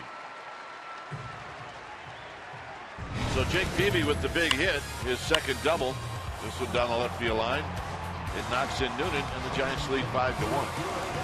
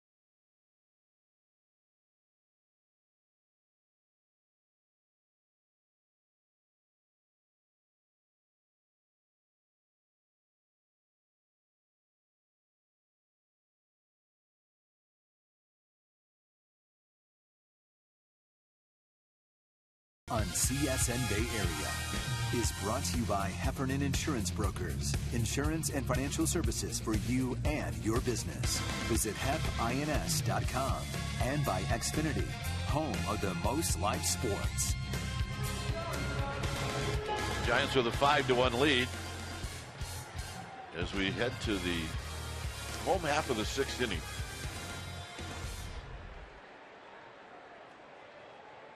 Third time through the lineup has been problematic, so we'll see what happens tonight.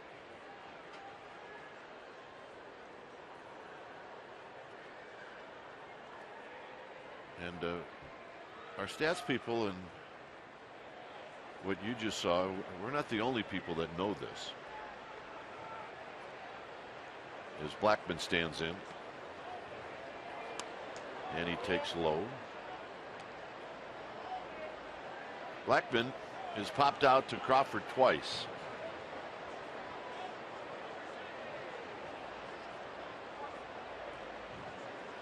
And the pitch. Here he takes a strike.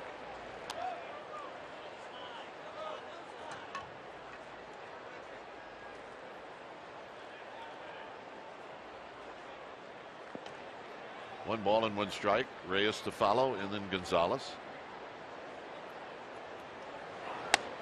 1-2. If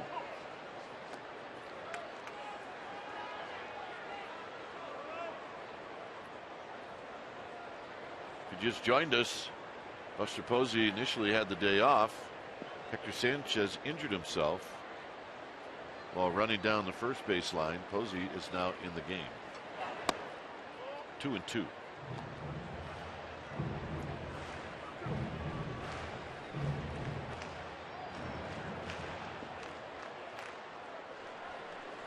Two balls, two strikes.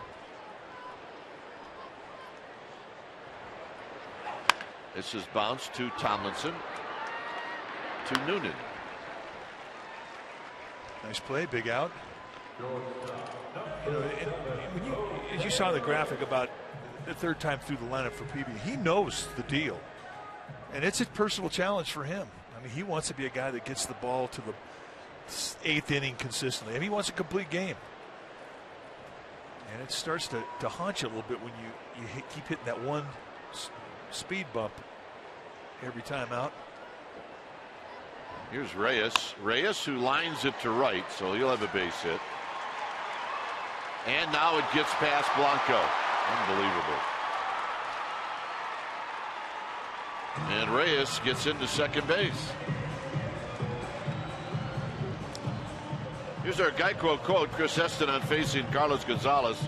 He's locked in right now. You leave something out over the plate, and he's probably going to hammer it. And he did.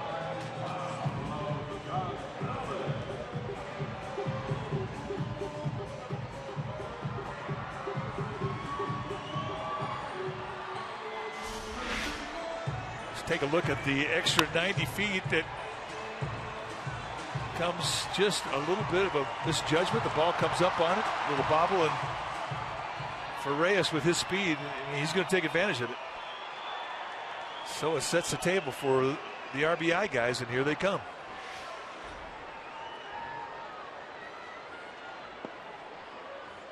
Gonzalez has walked and he's popped out.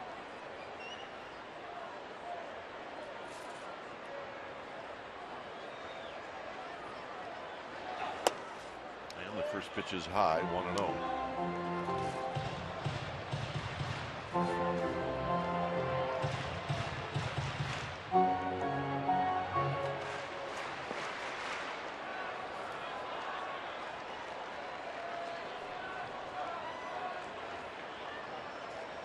Peavy looks to second and looks again. And this is popped back and out of play. Got that in nice. Hunter Strickland starting to just kind of play catch.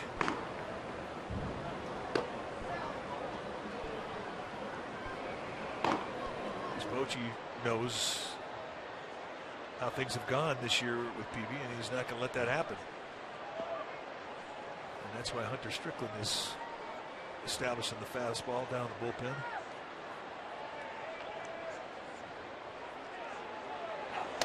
Inside, it's 2 balls and a strike.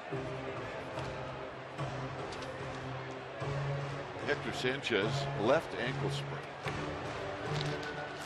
Mark Gardner will come back and say, all right, you get that fastball established, just back off. See how things go.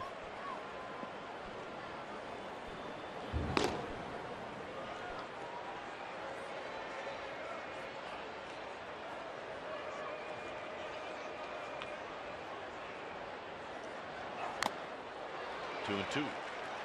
Good fastball, nice life. As scary as he has been, I mean, anything you see out over the plate, you kind of hold your breath.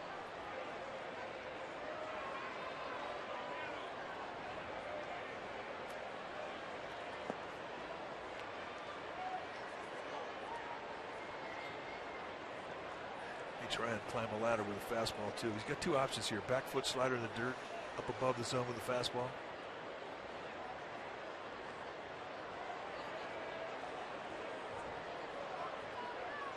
A lot of time a pitcher will do that if he gets caught between thoughts on a pitch. And granted, it can happen, but whatever you do, when you decide to throw that pitch, you better be behind it 100%, especially to this guy.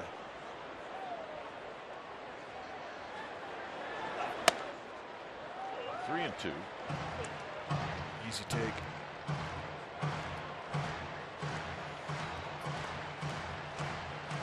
And it should be close to the strike zone here, and you've got a 4-run lead. Even a guy as hot as Gonzalez is, he still has to swing the bat to get on. Can't walk him.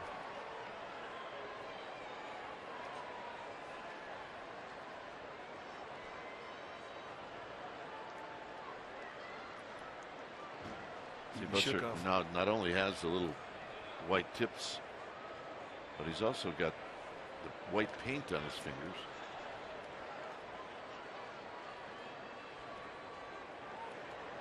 Well, he shook him off 3 times. Now Buster's going to go out and talk about it.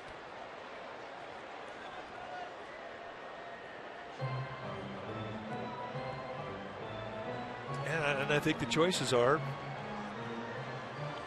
slider down and in, or fastball on the hands. You're counting on him being aggressive here if you go out of the strike zone, which is not a bad thing to assume as a pitcher, as aggressive as Gonzalez is. But still, if you go out of the strike zone, you're risking it.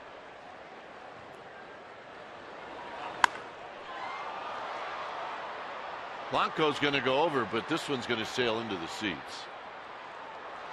That's about as perfect a pitch as you could throw, because it was right there down and in the strike zone. Maybe a ball and a half out of the zone.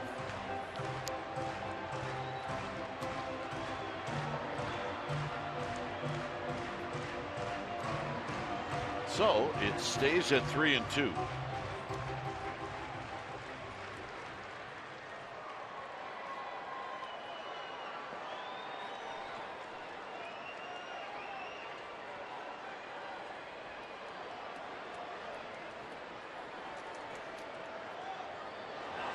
Got him. Swing mode. Well, and you know what? I mean, that's a gutsy pitch, because if he takes it right there, you've set it up for a guy with 35 home runs coming up, stepping in that batter's box in Aronado. But you kind of know the animal, and you know how aggressive he is. And what they do, they threw a little breaking ball that was a different speed than the hard slider he'd seen before, and he couldn't lay off. Beautiful pitch. Aronado struck out twice.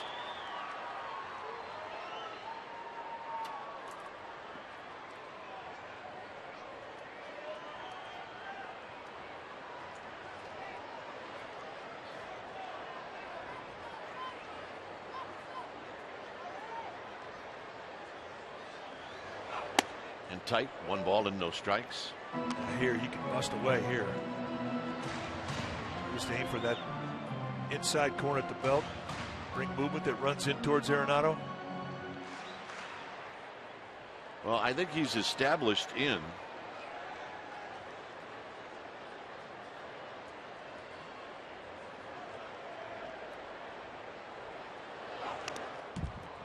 That pitch ended up being away on a cutter, and it's 1 ball and 1 strike. Good hard slider right there. I mean, he's throwing some quality pitches.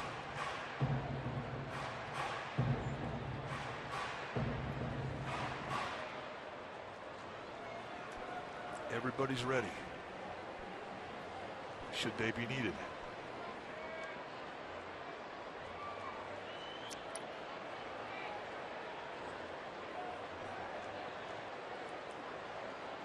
See where Posey sets up. Are they going to go back in?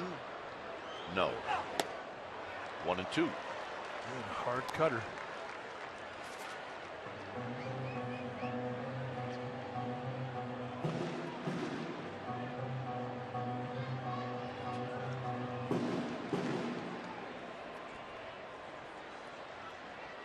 So he established the in on the first pitch, then he's gone away twice.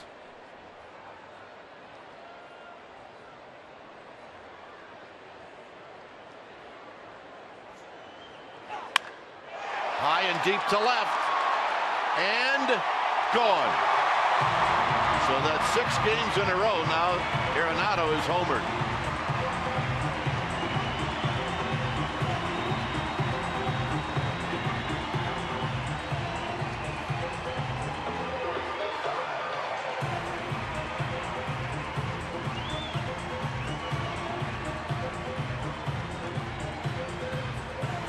And that's going to be it.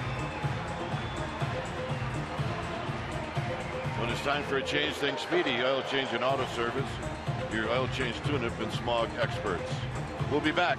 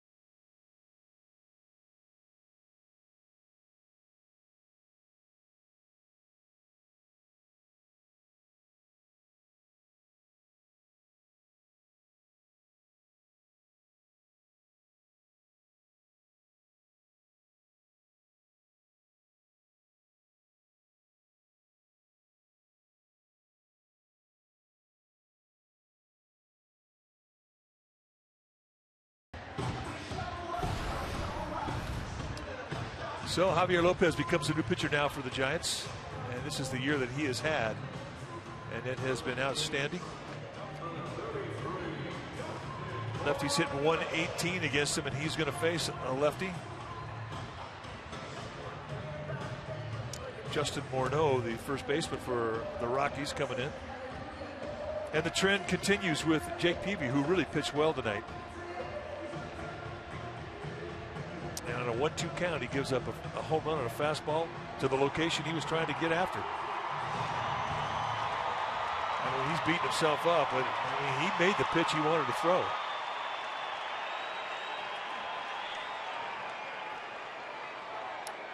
Morneau is flied out and popped out.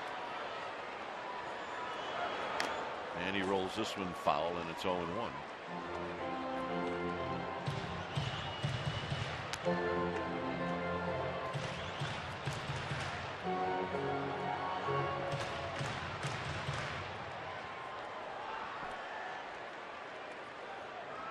LeMahieu to follow should Morneau reach.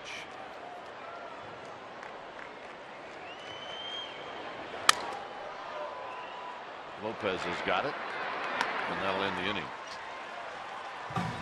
Aronado hits the home run, is 36. It's 5-3 Giants.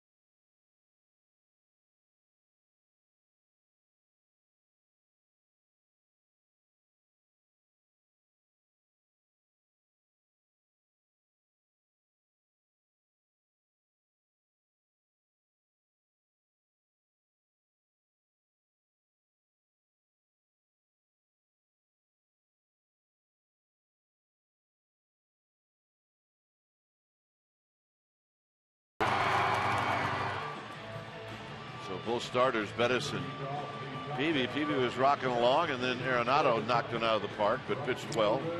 Bettis is out. Duffy has got a couple of RBIs. Aronado home run in his 6th straight game. Also Peavy, by the way, 2 doubles and an RBI. Swinging. So here's Blanco. It'll be Blanco, Duffy, and Diaza. New pitcher now for the Rockies will be Jason Gurka. Just called up from the AAA club. It's the 3rd time that he has had an appearance in the big leagues. And Gurka, he's got pretty good fastball. He'll go a little bit 90s, big curveball and a changeup. This is his 8th year of professional baseball. Breaking ball, look out. We saw Gurka in spring training. He was number 76. So he got to the big leagues. He says, dude, just give me any number but 76. And they gave him 65. Thanks a lot.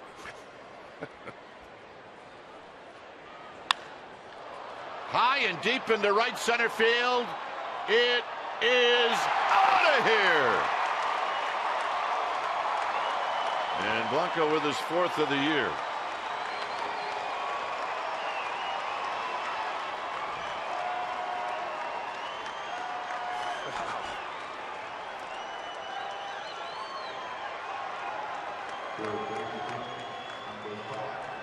Blanco lighting it up.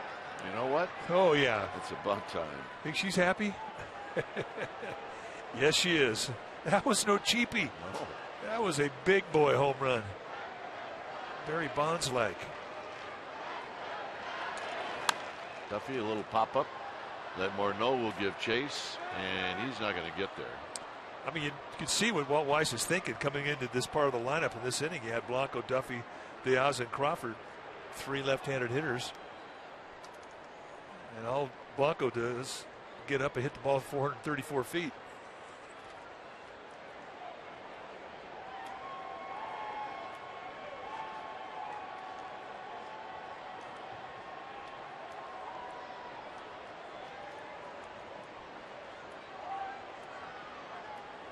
And 1 to Duffy. Duffy, 2 hits tonight. He's got 2 RBIs. There's the swing by Blanco. Just a little gift right out of the middle of the plate. He goes right back up the middle with it. And that thing stayed hit. And she was loving every bit of it. This is driven into right center field. Blackman seems to have a beat on it, and he'll put it away. As soon as you say right center field in this ballpark, you just don't trust it. Yeah, you're right.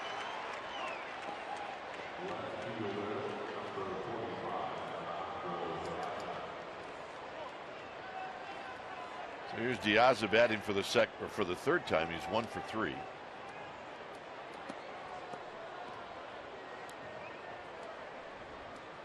Crawford's on deck.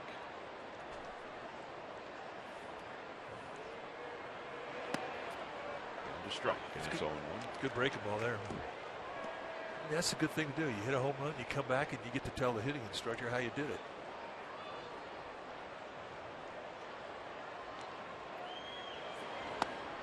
There's another one. It's pretty good.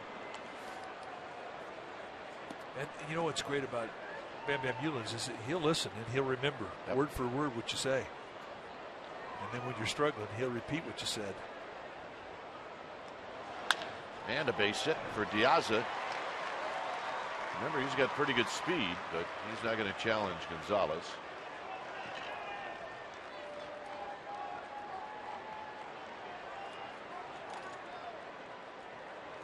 And here's Crawford.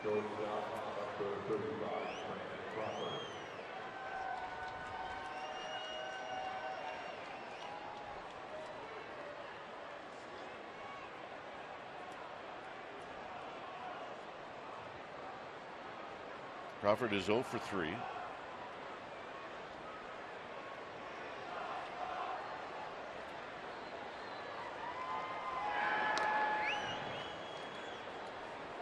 Such a great way to teach. This level, I mean, hitters, they've heard every philosophy of every hitting instructor they've ever had. And they've put together their own style with what they've been taught. But there are times when you're searching, and this game will humble you. You get involved in a 1 for 32. You're looking for answers. You go back to your teacher and you say, help me out. Well, here's what you said. So Crawford's a little bit out of whack now. It's 0-2. Remember, he's not 100%.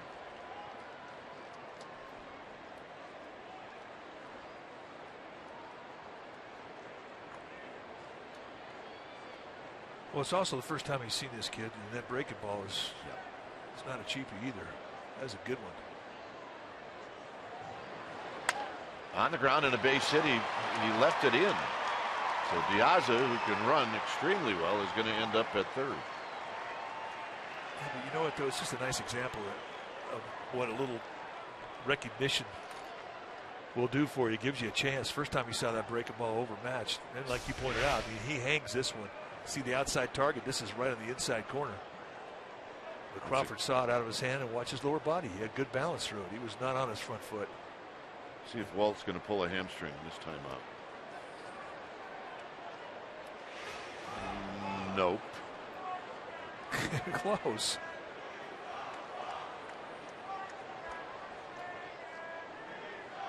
So we got a new pitcher.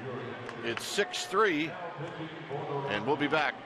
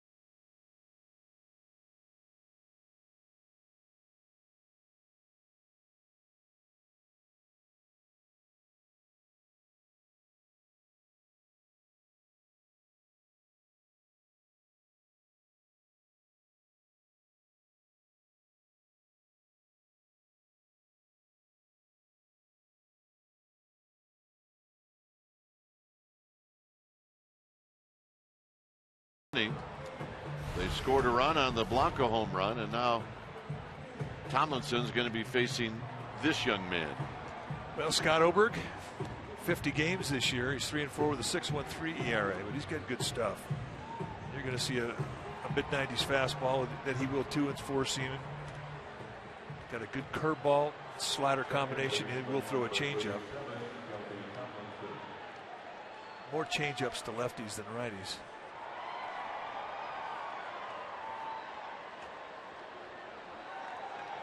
Oberg, a rookie from Tewksbury, Massachusetts.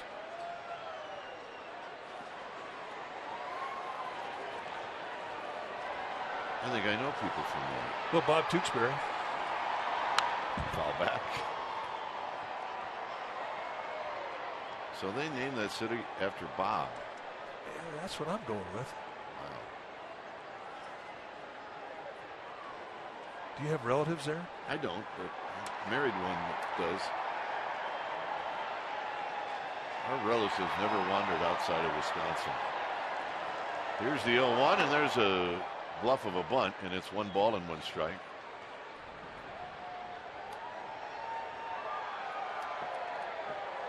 As a matter of fact, if there's a Kuiper outside of Wisconsin, we don't recognize that. We will not acknowledge him. 1 ball and 1 strike. Tomlinson is 0 for 3. Down the right field line, it's not going to stay fair. It's now 1-2. These are all big runs in this ballpark. My goodness. You better believe it. If you got an opportunity to add on, you have to do it here.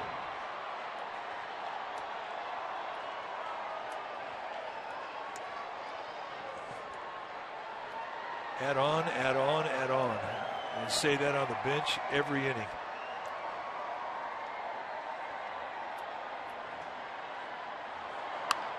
And one thing Tomlinson will do is he will give you a pretty good fight all the time, but with the guy on third or with a runner in scoring position, he'll do that. It's got to be the most beautiful bullpen on the planet. Has to be. Yeah.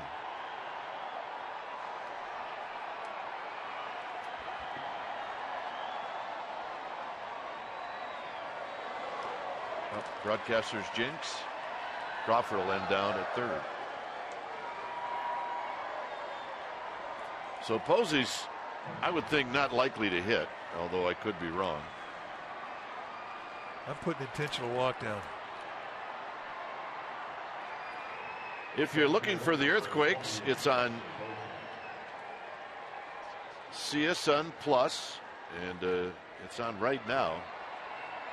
Comcast 105, DirecTV 696, AT&T 771, Dish 441, and there's the HD channel 780, DirecTV 696-1 9579, and if I've totally confused you, then go to csnbayarea.com. But the earthquakes are on right now, and that's where you can find it.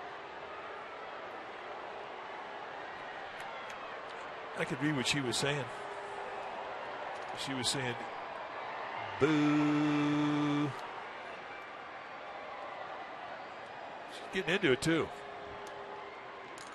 So it'll be Noonan who has a chance to make that woman sit down or smile. She's a raised Giants fan. I mean, I had all Giants fans that were raised during the Barry Bonds era.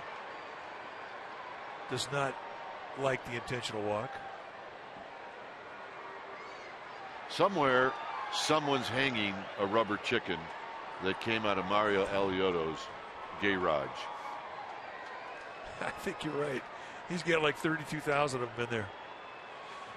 And they really are rubber. If they're anything outside of rubber,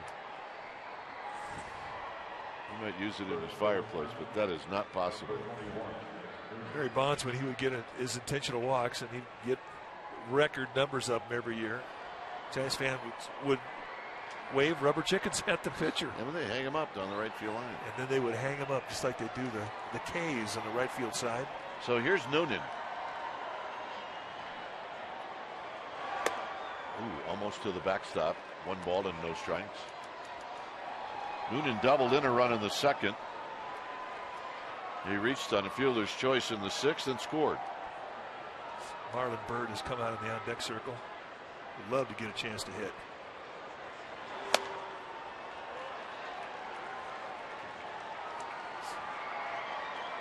Noonan's seeing it pretty well. He's had good at-bats tonight.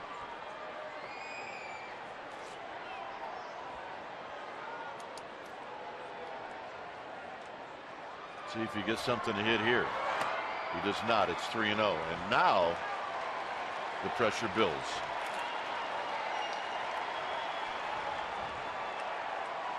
It absolutely builds. Now you try to shrink your strike zone a little bit if you can. And Bruce Bochy's not happy. Well, that knee-high location has been called a strike tonight, Bill. So he yelled, but he didn't persist. And the walk. Nice at bat. You're going to get the low one, but probably not the high one.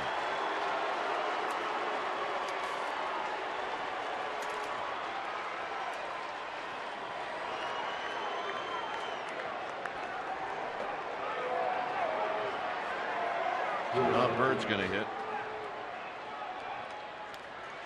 So now Tomlinson's not feeling so bad. It's amazing how that could happen. You're right. And that's when an intentional walk will absolutely back up on you if you're Walt Weiss.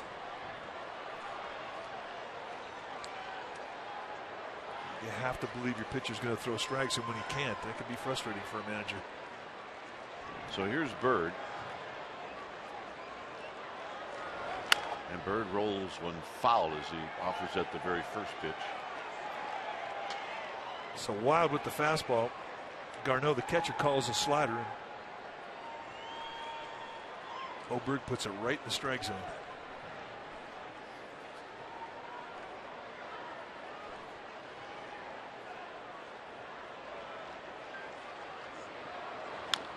That foul again. So it's 0-2.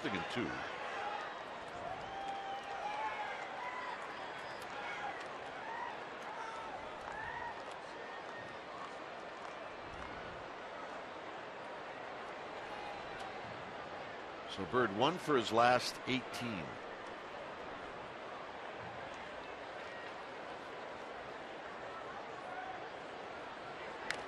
Stays alive. 3 pitches, 3 breaking balls.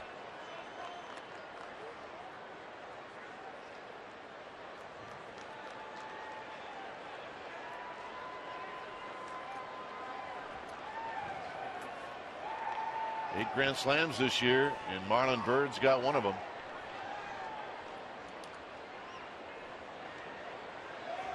Got him, and that'll end the inning.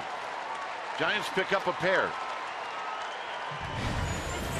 One of them came off the bat of Gregor Blanco, who hits his 4th. It's bye-bye baby. Giants then add another one. It's 7-3 San Francisco.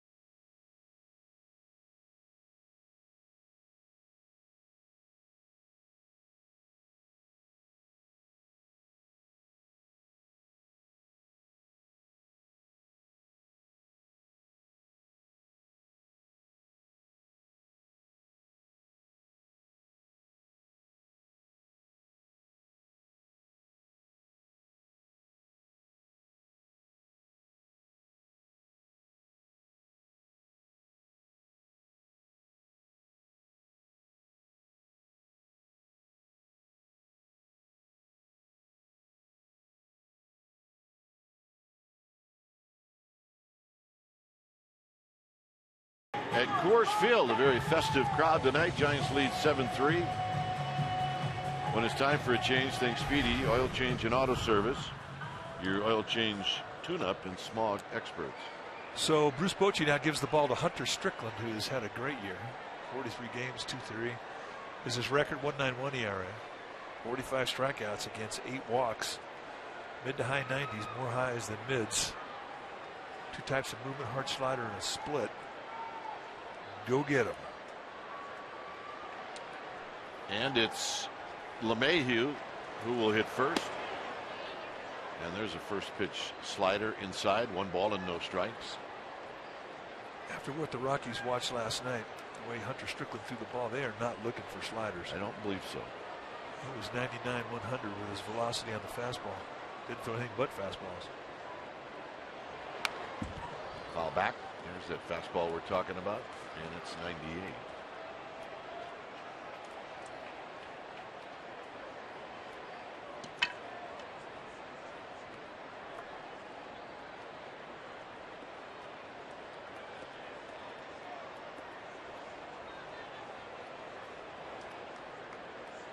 On deck is Paulson.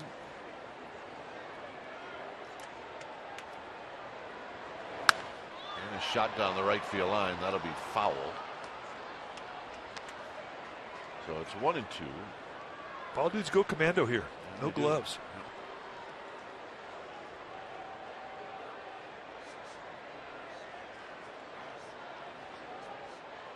But they do give him 1 flap on the helmet.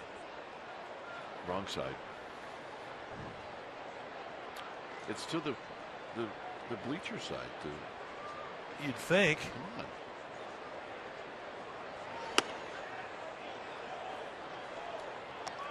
Yeah, wrong side. It's the wrong side. I don't Wrong know, side. Somebody could throw something out of the stands at you, I guess. You know what? That's a good call. These Rocky fans are dangerous. Wrong side.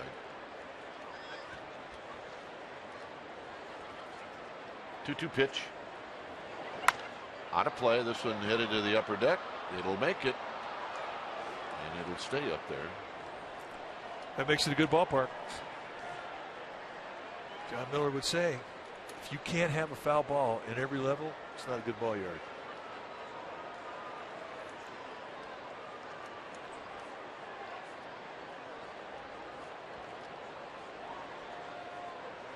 Dave Fleming is back. So Lee Jones in the middle. John Miller to the far left. Swinging a bouncing ball to Tomlinson. And that'll be out number 1. So how do you think Nick Noonan's doing over there? I think he's starting to feel a little more comfortable at first base. Absolutely. Nick Noonan playing his first game at first base. Although you just never really feel comfortable. You start to feel a little better, but it is a massive overconcentration. That's what it is. Yeah, he'll sleep good tonight. Here's Paulson. And he fouls it back. But Noonan pressed into duty. Brandon Bell down with the flu. Andrew Susac had to leave the club to go back to San Francisco to have a hand injury re-examined. Buster Posey had a scheduled day off. I mean, he needed it. He was out of gas. High, it's 1 ball and 1 strike.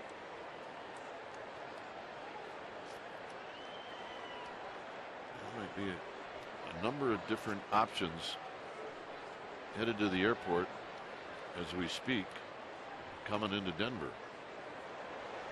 This is hit into right center field. That'll be a base hit. And it'll be more than just a single. And Paulson's going to put on the brakes.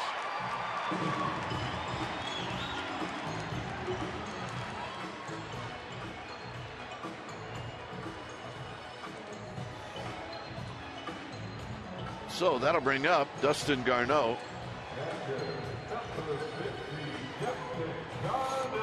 I mean, when you're in dire straits at that position, really the toughest position to fill. You know, look, Milt May might be on his way. Mike Sadek. Yeah. Bob Brinley. Bringing back all the Bring them all back. catchers. Eli Whiteside.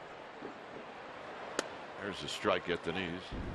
This is a play that Matt Duffy made off of Garneau in the third. And he slipped when he threw it. It wound up being one of the best changeups we've seen all year long, but he got enough on it to get him out. It was a great play.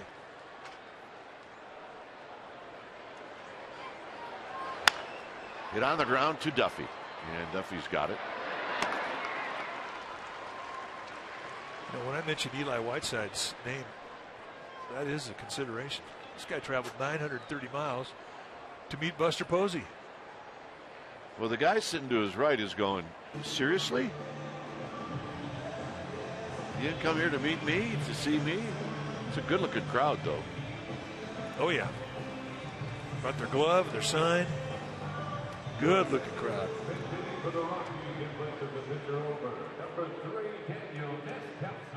Here's Descalzo.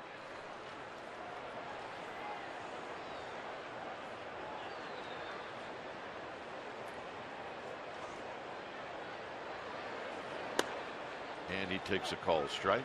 99 inside corner.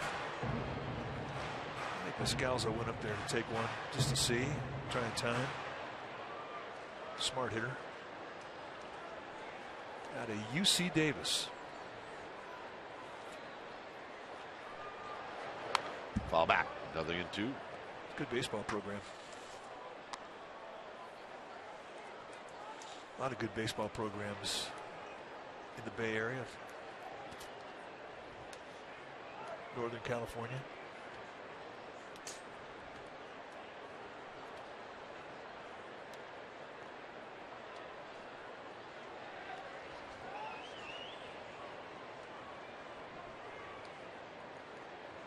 Oh, and 2 to Descalzo. Off the top of Buster Posey's glove, it remains 0-2. What was your approach against a real hard thrower? A high 90s guy? Yeah, well, because you did well against hard throwers.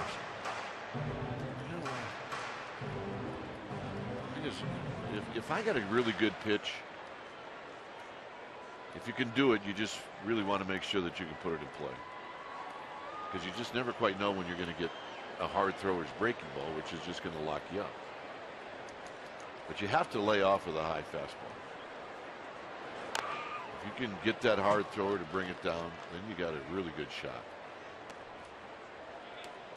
And the high fastball is hard to lay off of. It's the pitch you see best, because you're at the same level with your eyes.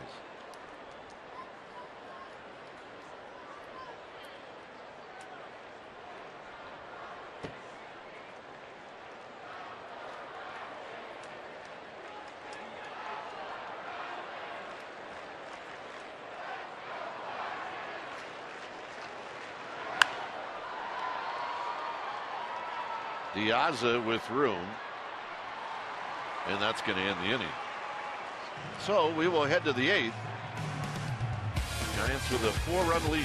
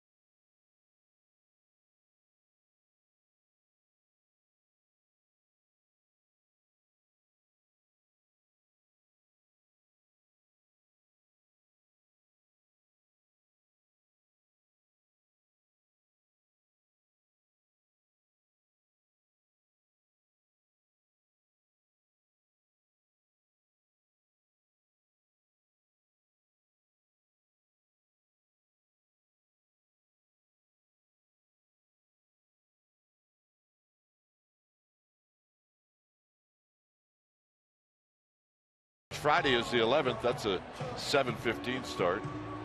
And then Saturday, the 12th, is a 6:05 start. So come on out. Then the Sunday game is a 1:05 start. So a lot of things going on.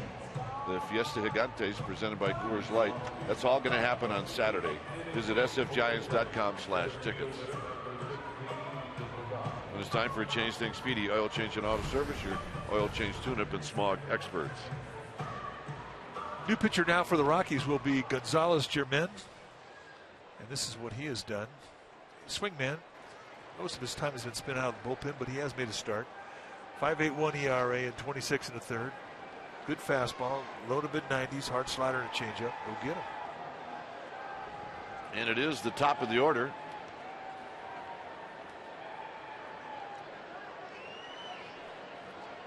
Pagan's got 2 hits, including a home run. He's 2 for 4.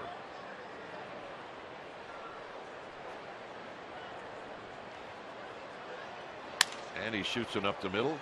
And right there is LeMahieu. And he's going to throw him out. May have taken Pagan's bat. It just didn't sound right. And that'll bring up Blanco. Germain was waived back in July by the Chicago Cubs. The Rockies picked him up. 27 years old. He got to the big leagues with the Mets in 2013. Got a good arm.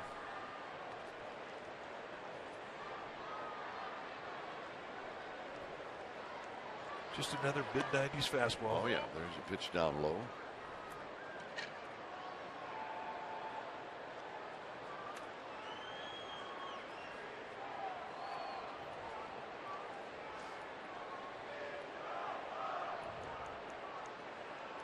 Duffy on deck. The 1-0 pitch to Blanco. Shoots this one up the middle, and it's past Reyes for a base hit. Stay hot. And for the Giants, they're tacking on hits tonight. It's number 14.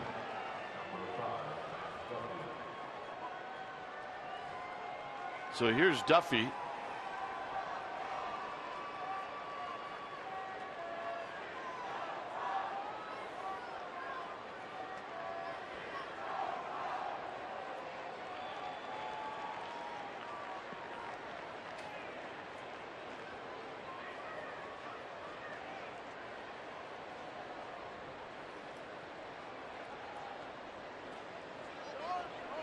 And now timeout is called. Duffy doubled in a pair of runs in the 5th.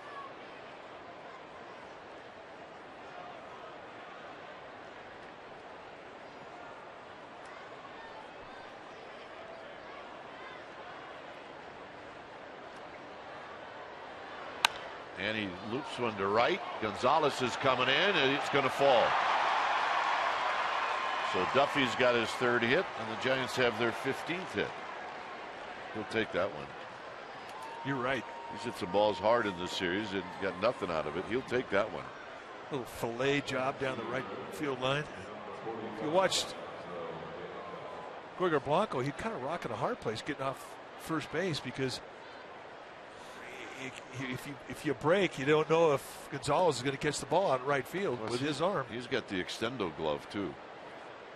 He has had it tonight. Diaz has got a couple of hits. This is what Mike's talking about. Watch Blanco. You don't know what to do here. Kind of go halfway. You better be able to get to second base with the arm Gonzalez has.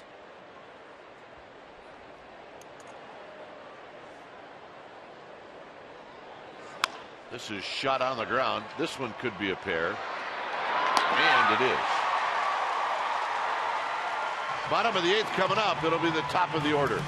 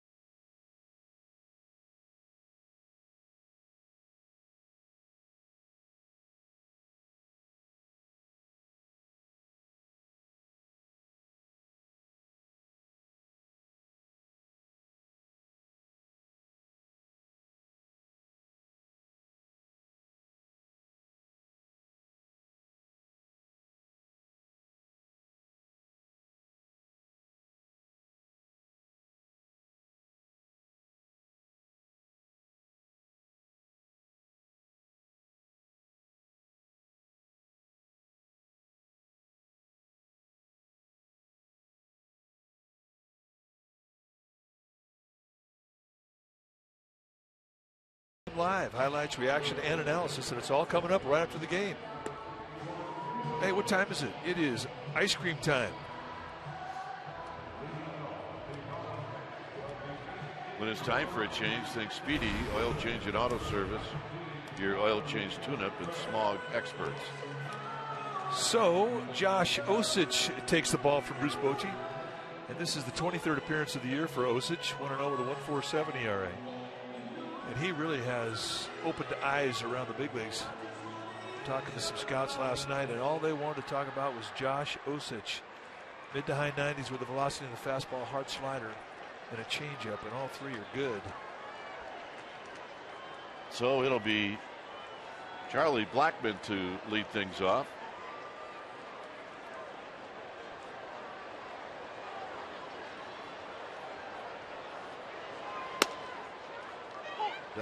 The 8 right out of bed. You know what? He's not sharing. I think I know now what Jim Lynch does at 9 o'clock. What's that? Ice cream. Yeah, well, that's safe. No letters in ice cream. Off his fist and out of play. And this is the. Why did my sister never do that? I didn't know it was allowed in my family. My sister never got her hands on it. That was the problem.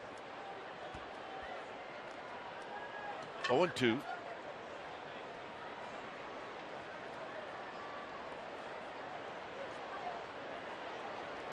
One and 2. And that was a 93-mile-an-hour breaking ball.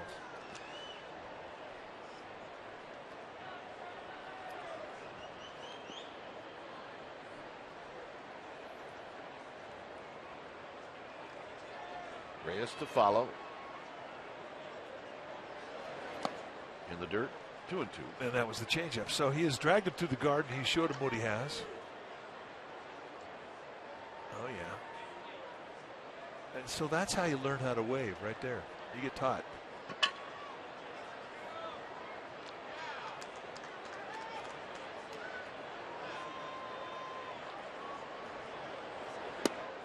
Three and 2.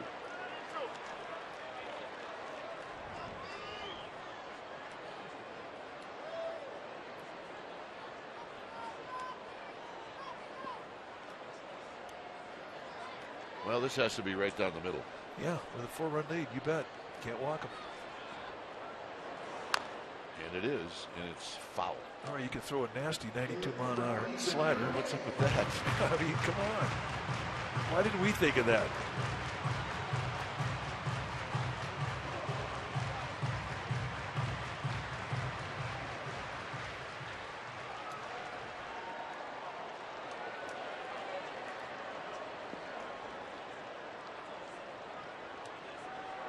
Three and 2.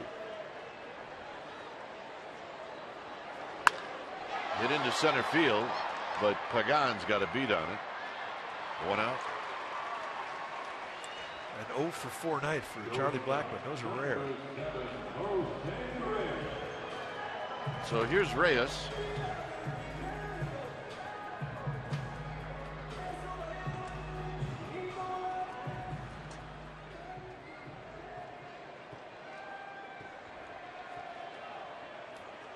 Reyes has a couple of hits tonight, both off of Peavy.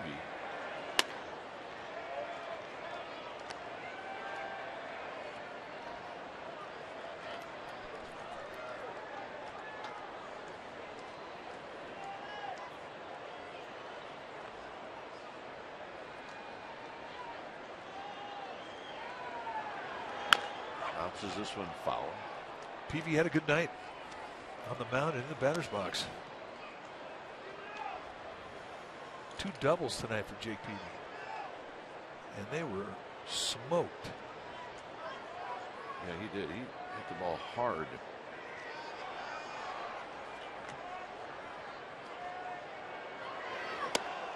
Pitch is high.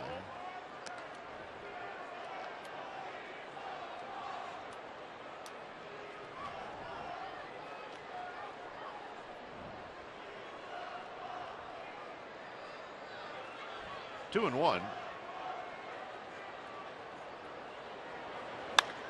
Popped up. More work for Angel Pagan. Now we talk about Jake Peavy and what he did tonight with his arm and with the bat. We're going to make him our player of the game. It's brought to you by Honda. This is the first of 2 doubles. That was stroked right back up the middle. And then later on he comes up and gets a fastball at the belt, rakes it to left field. It would knock in Nick Noonan. He also went 5 1/3 strong innings, and he is our player of the game, brought to you by Honda. Here's Gonzalez, who's 0 for 2. He had some trouble against Osich last night.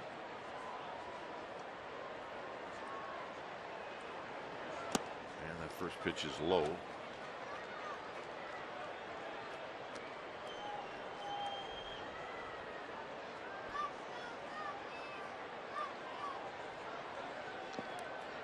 The contest for hitting home runs between he and Nolan Arenado. It's all tied up at 36 apiece. Tapped out in front of home plate. Posey says, I got it. His throw, got him. And that'll end the inning. Nice play. Indeed. That's from a tired man right there. Not that easy.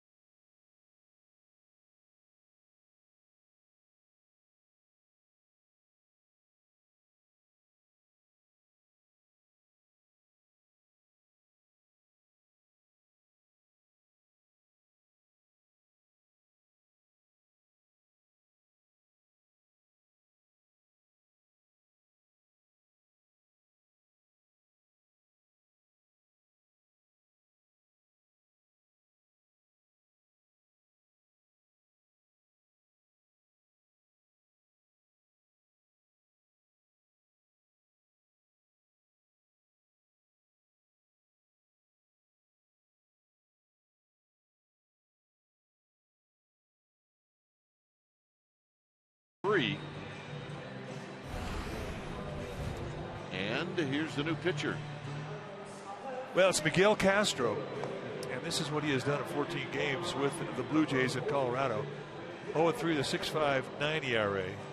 He's a youngster, just 20 years of age. He was one of the guys that came over in the deal that sent Troy Tulowitzki to the Blue Jays.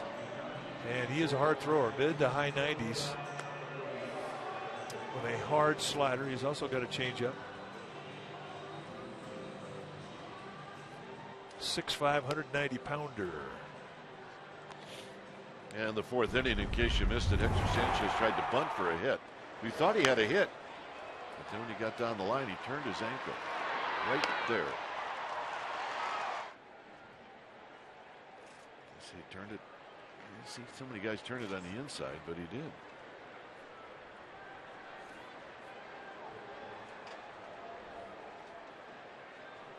So here's Crawford to lead things off. Crawford to face Castro here in the 9th. And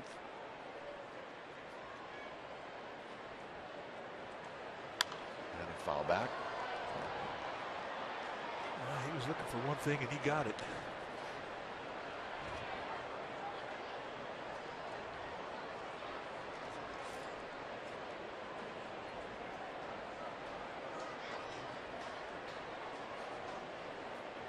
He's a Cubs fan. Little tapper to Castro. And he'll throw off first base, but Morneau hung in there to save the day. And Crawford, as we mentioned earlier, he's been told not to run hard. Yeah, you can almost wish that you could post that up on the board here, because it looks like he's jogging and dogging, but he can't run any faster now. That's all he's got. Got hit on the left calf back in the series in Los Angeles, and he's what, 70%? Who knows? Yeah. Well, it's that plus don't chance it where you pull it again or injure it again.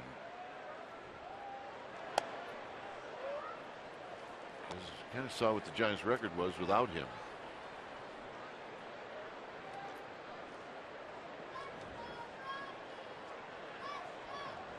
Two and 0 to Tomlinson. He hits him down the right field line. That's going to be out of play. You see the fastball, though. You can see why the Rockies were excited about this young guy. And at 20 years old, the chance he's going to pick up an extra couple of feet on that fastball. He's going to get stronger.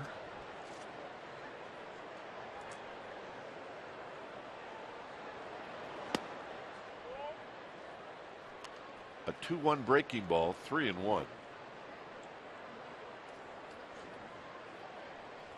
20-year-olds that throw that hard, you get them up here, and you can teach movement by different grips. But you can't teach 97. I mean, that's a gift.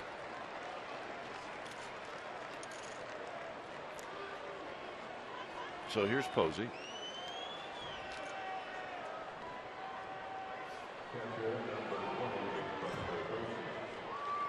Buster came in after the injury to Sanchez. He singled in the 6th and then was walked intentionally in the 7th.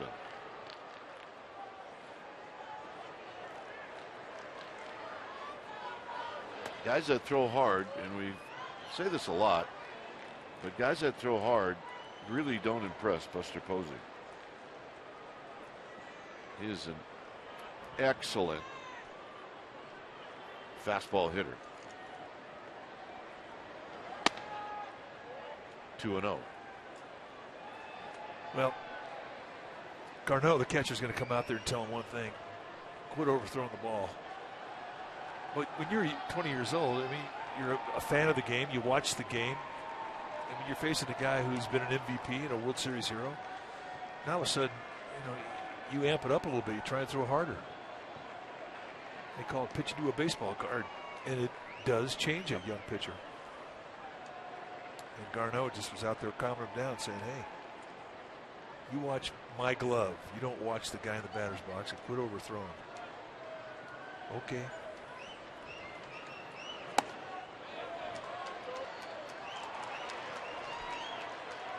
Chad Fairchild, quick trigger finger. Yeah, I don't know about that one. It's 2 balls and 1 strike.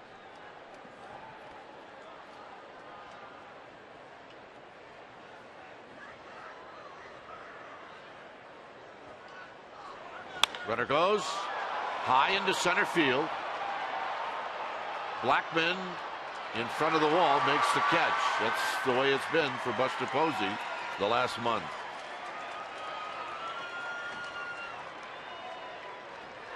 And that'll bring up Nick Noonan.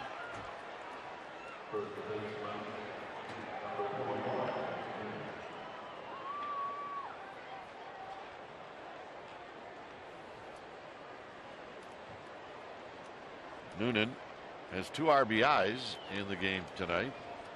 1 on a double and 1 on a bases loaded walk.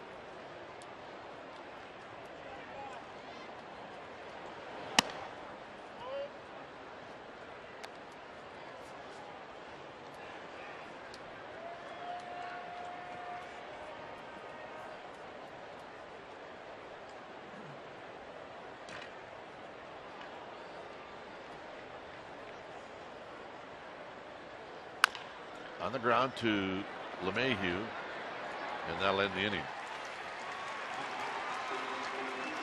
So we'll head to the home half of the ninth.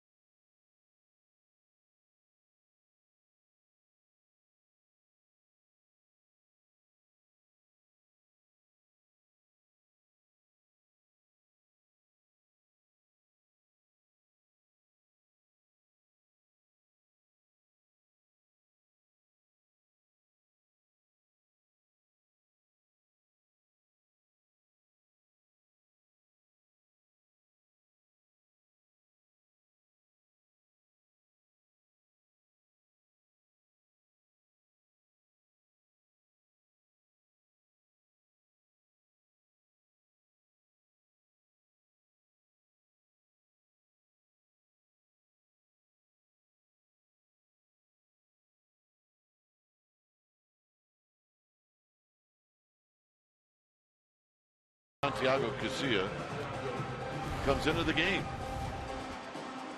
New pitcher now for the Giants will be Santiago Casilla, their closer. He's got 31 saves on the year. This is not a save opportunity, although down 4 runs in Coors Field, you might consider it if you're listening, Rules Committee. In 53 games, 47 strikeouts against 19 walks in 46 innings. Fastball that goes low to mid-90s, 2 types of movement, curveball, cutter, and a changeup.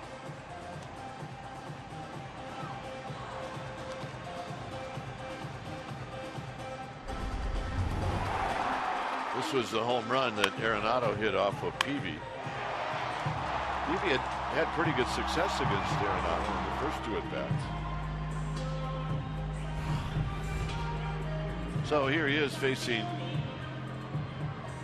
Santiago Casilla.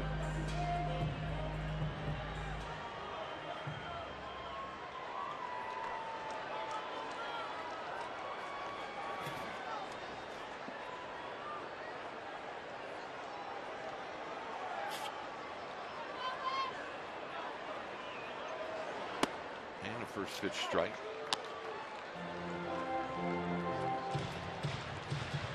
Arenado's hit 9 home runs against the Giants this year. 9. That was back in 1983 when Dale Murphy hit 11 against us. But none of them off of you. Not true. Hit out to right. And I think he got Andy McGaffigan 10 of those times. So here's Morneau.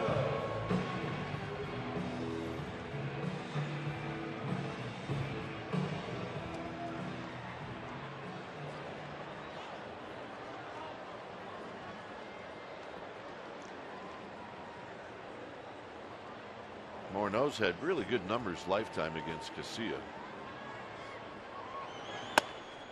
How do these sound? 7 for 13. 2 doubles and a home run.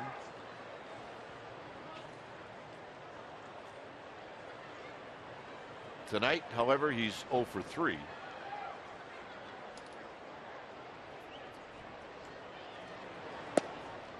Low 2-0.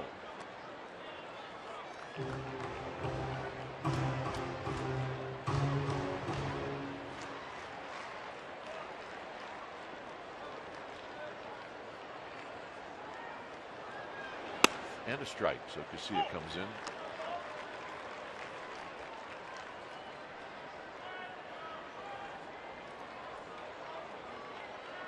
Those are better.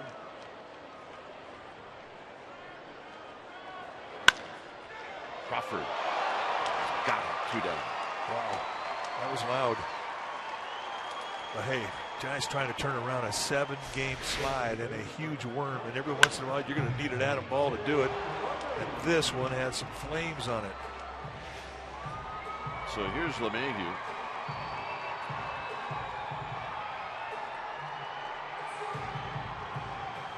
LeMahieu is flied out and he's bounced out twice.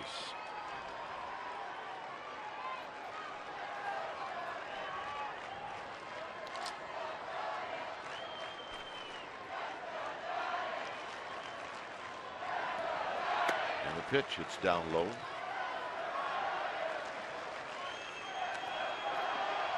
Part of the Giants contingency here at Coors Field. Yeah, Dale Murphy only got you twice in '83. Yeah, well, that wasn't. It didn't end. It did not end in 1983. He kept adding on. Great strike. Into the opposite field. Yeah, right center. I mean, I remember just standing at second watching him go over my head. Yeah. Hey, thanks for that little ad. Yeah, right but it there. wasn't for you. It was more McGaffigan that I remember. Well, in my humble opinion, I think he should be in the Hall of Fame. Yeah, I agree. He was a great player. He was just a big guy that played really a good defensive center field. Yeah, and he started out a catcher. How's that for being an athlete?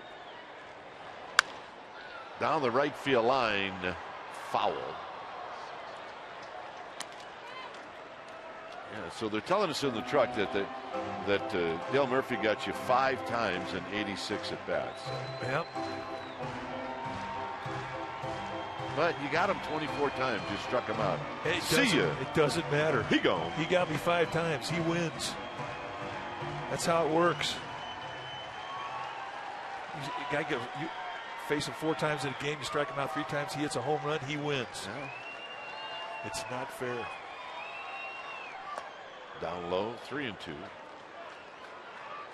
But I have nothing but respect for him. And he played here in Colorado.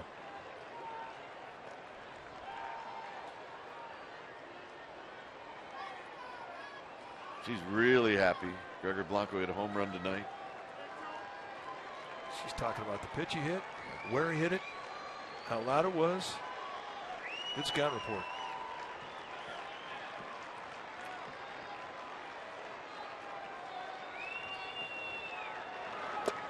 And the walk.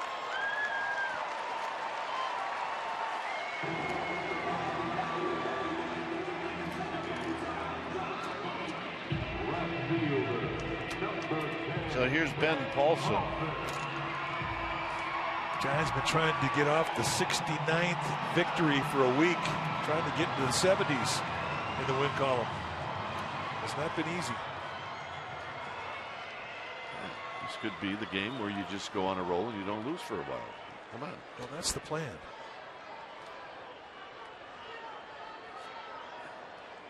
Paulson doubled in the 7th. Here he takes a strike.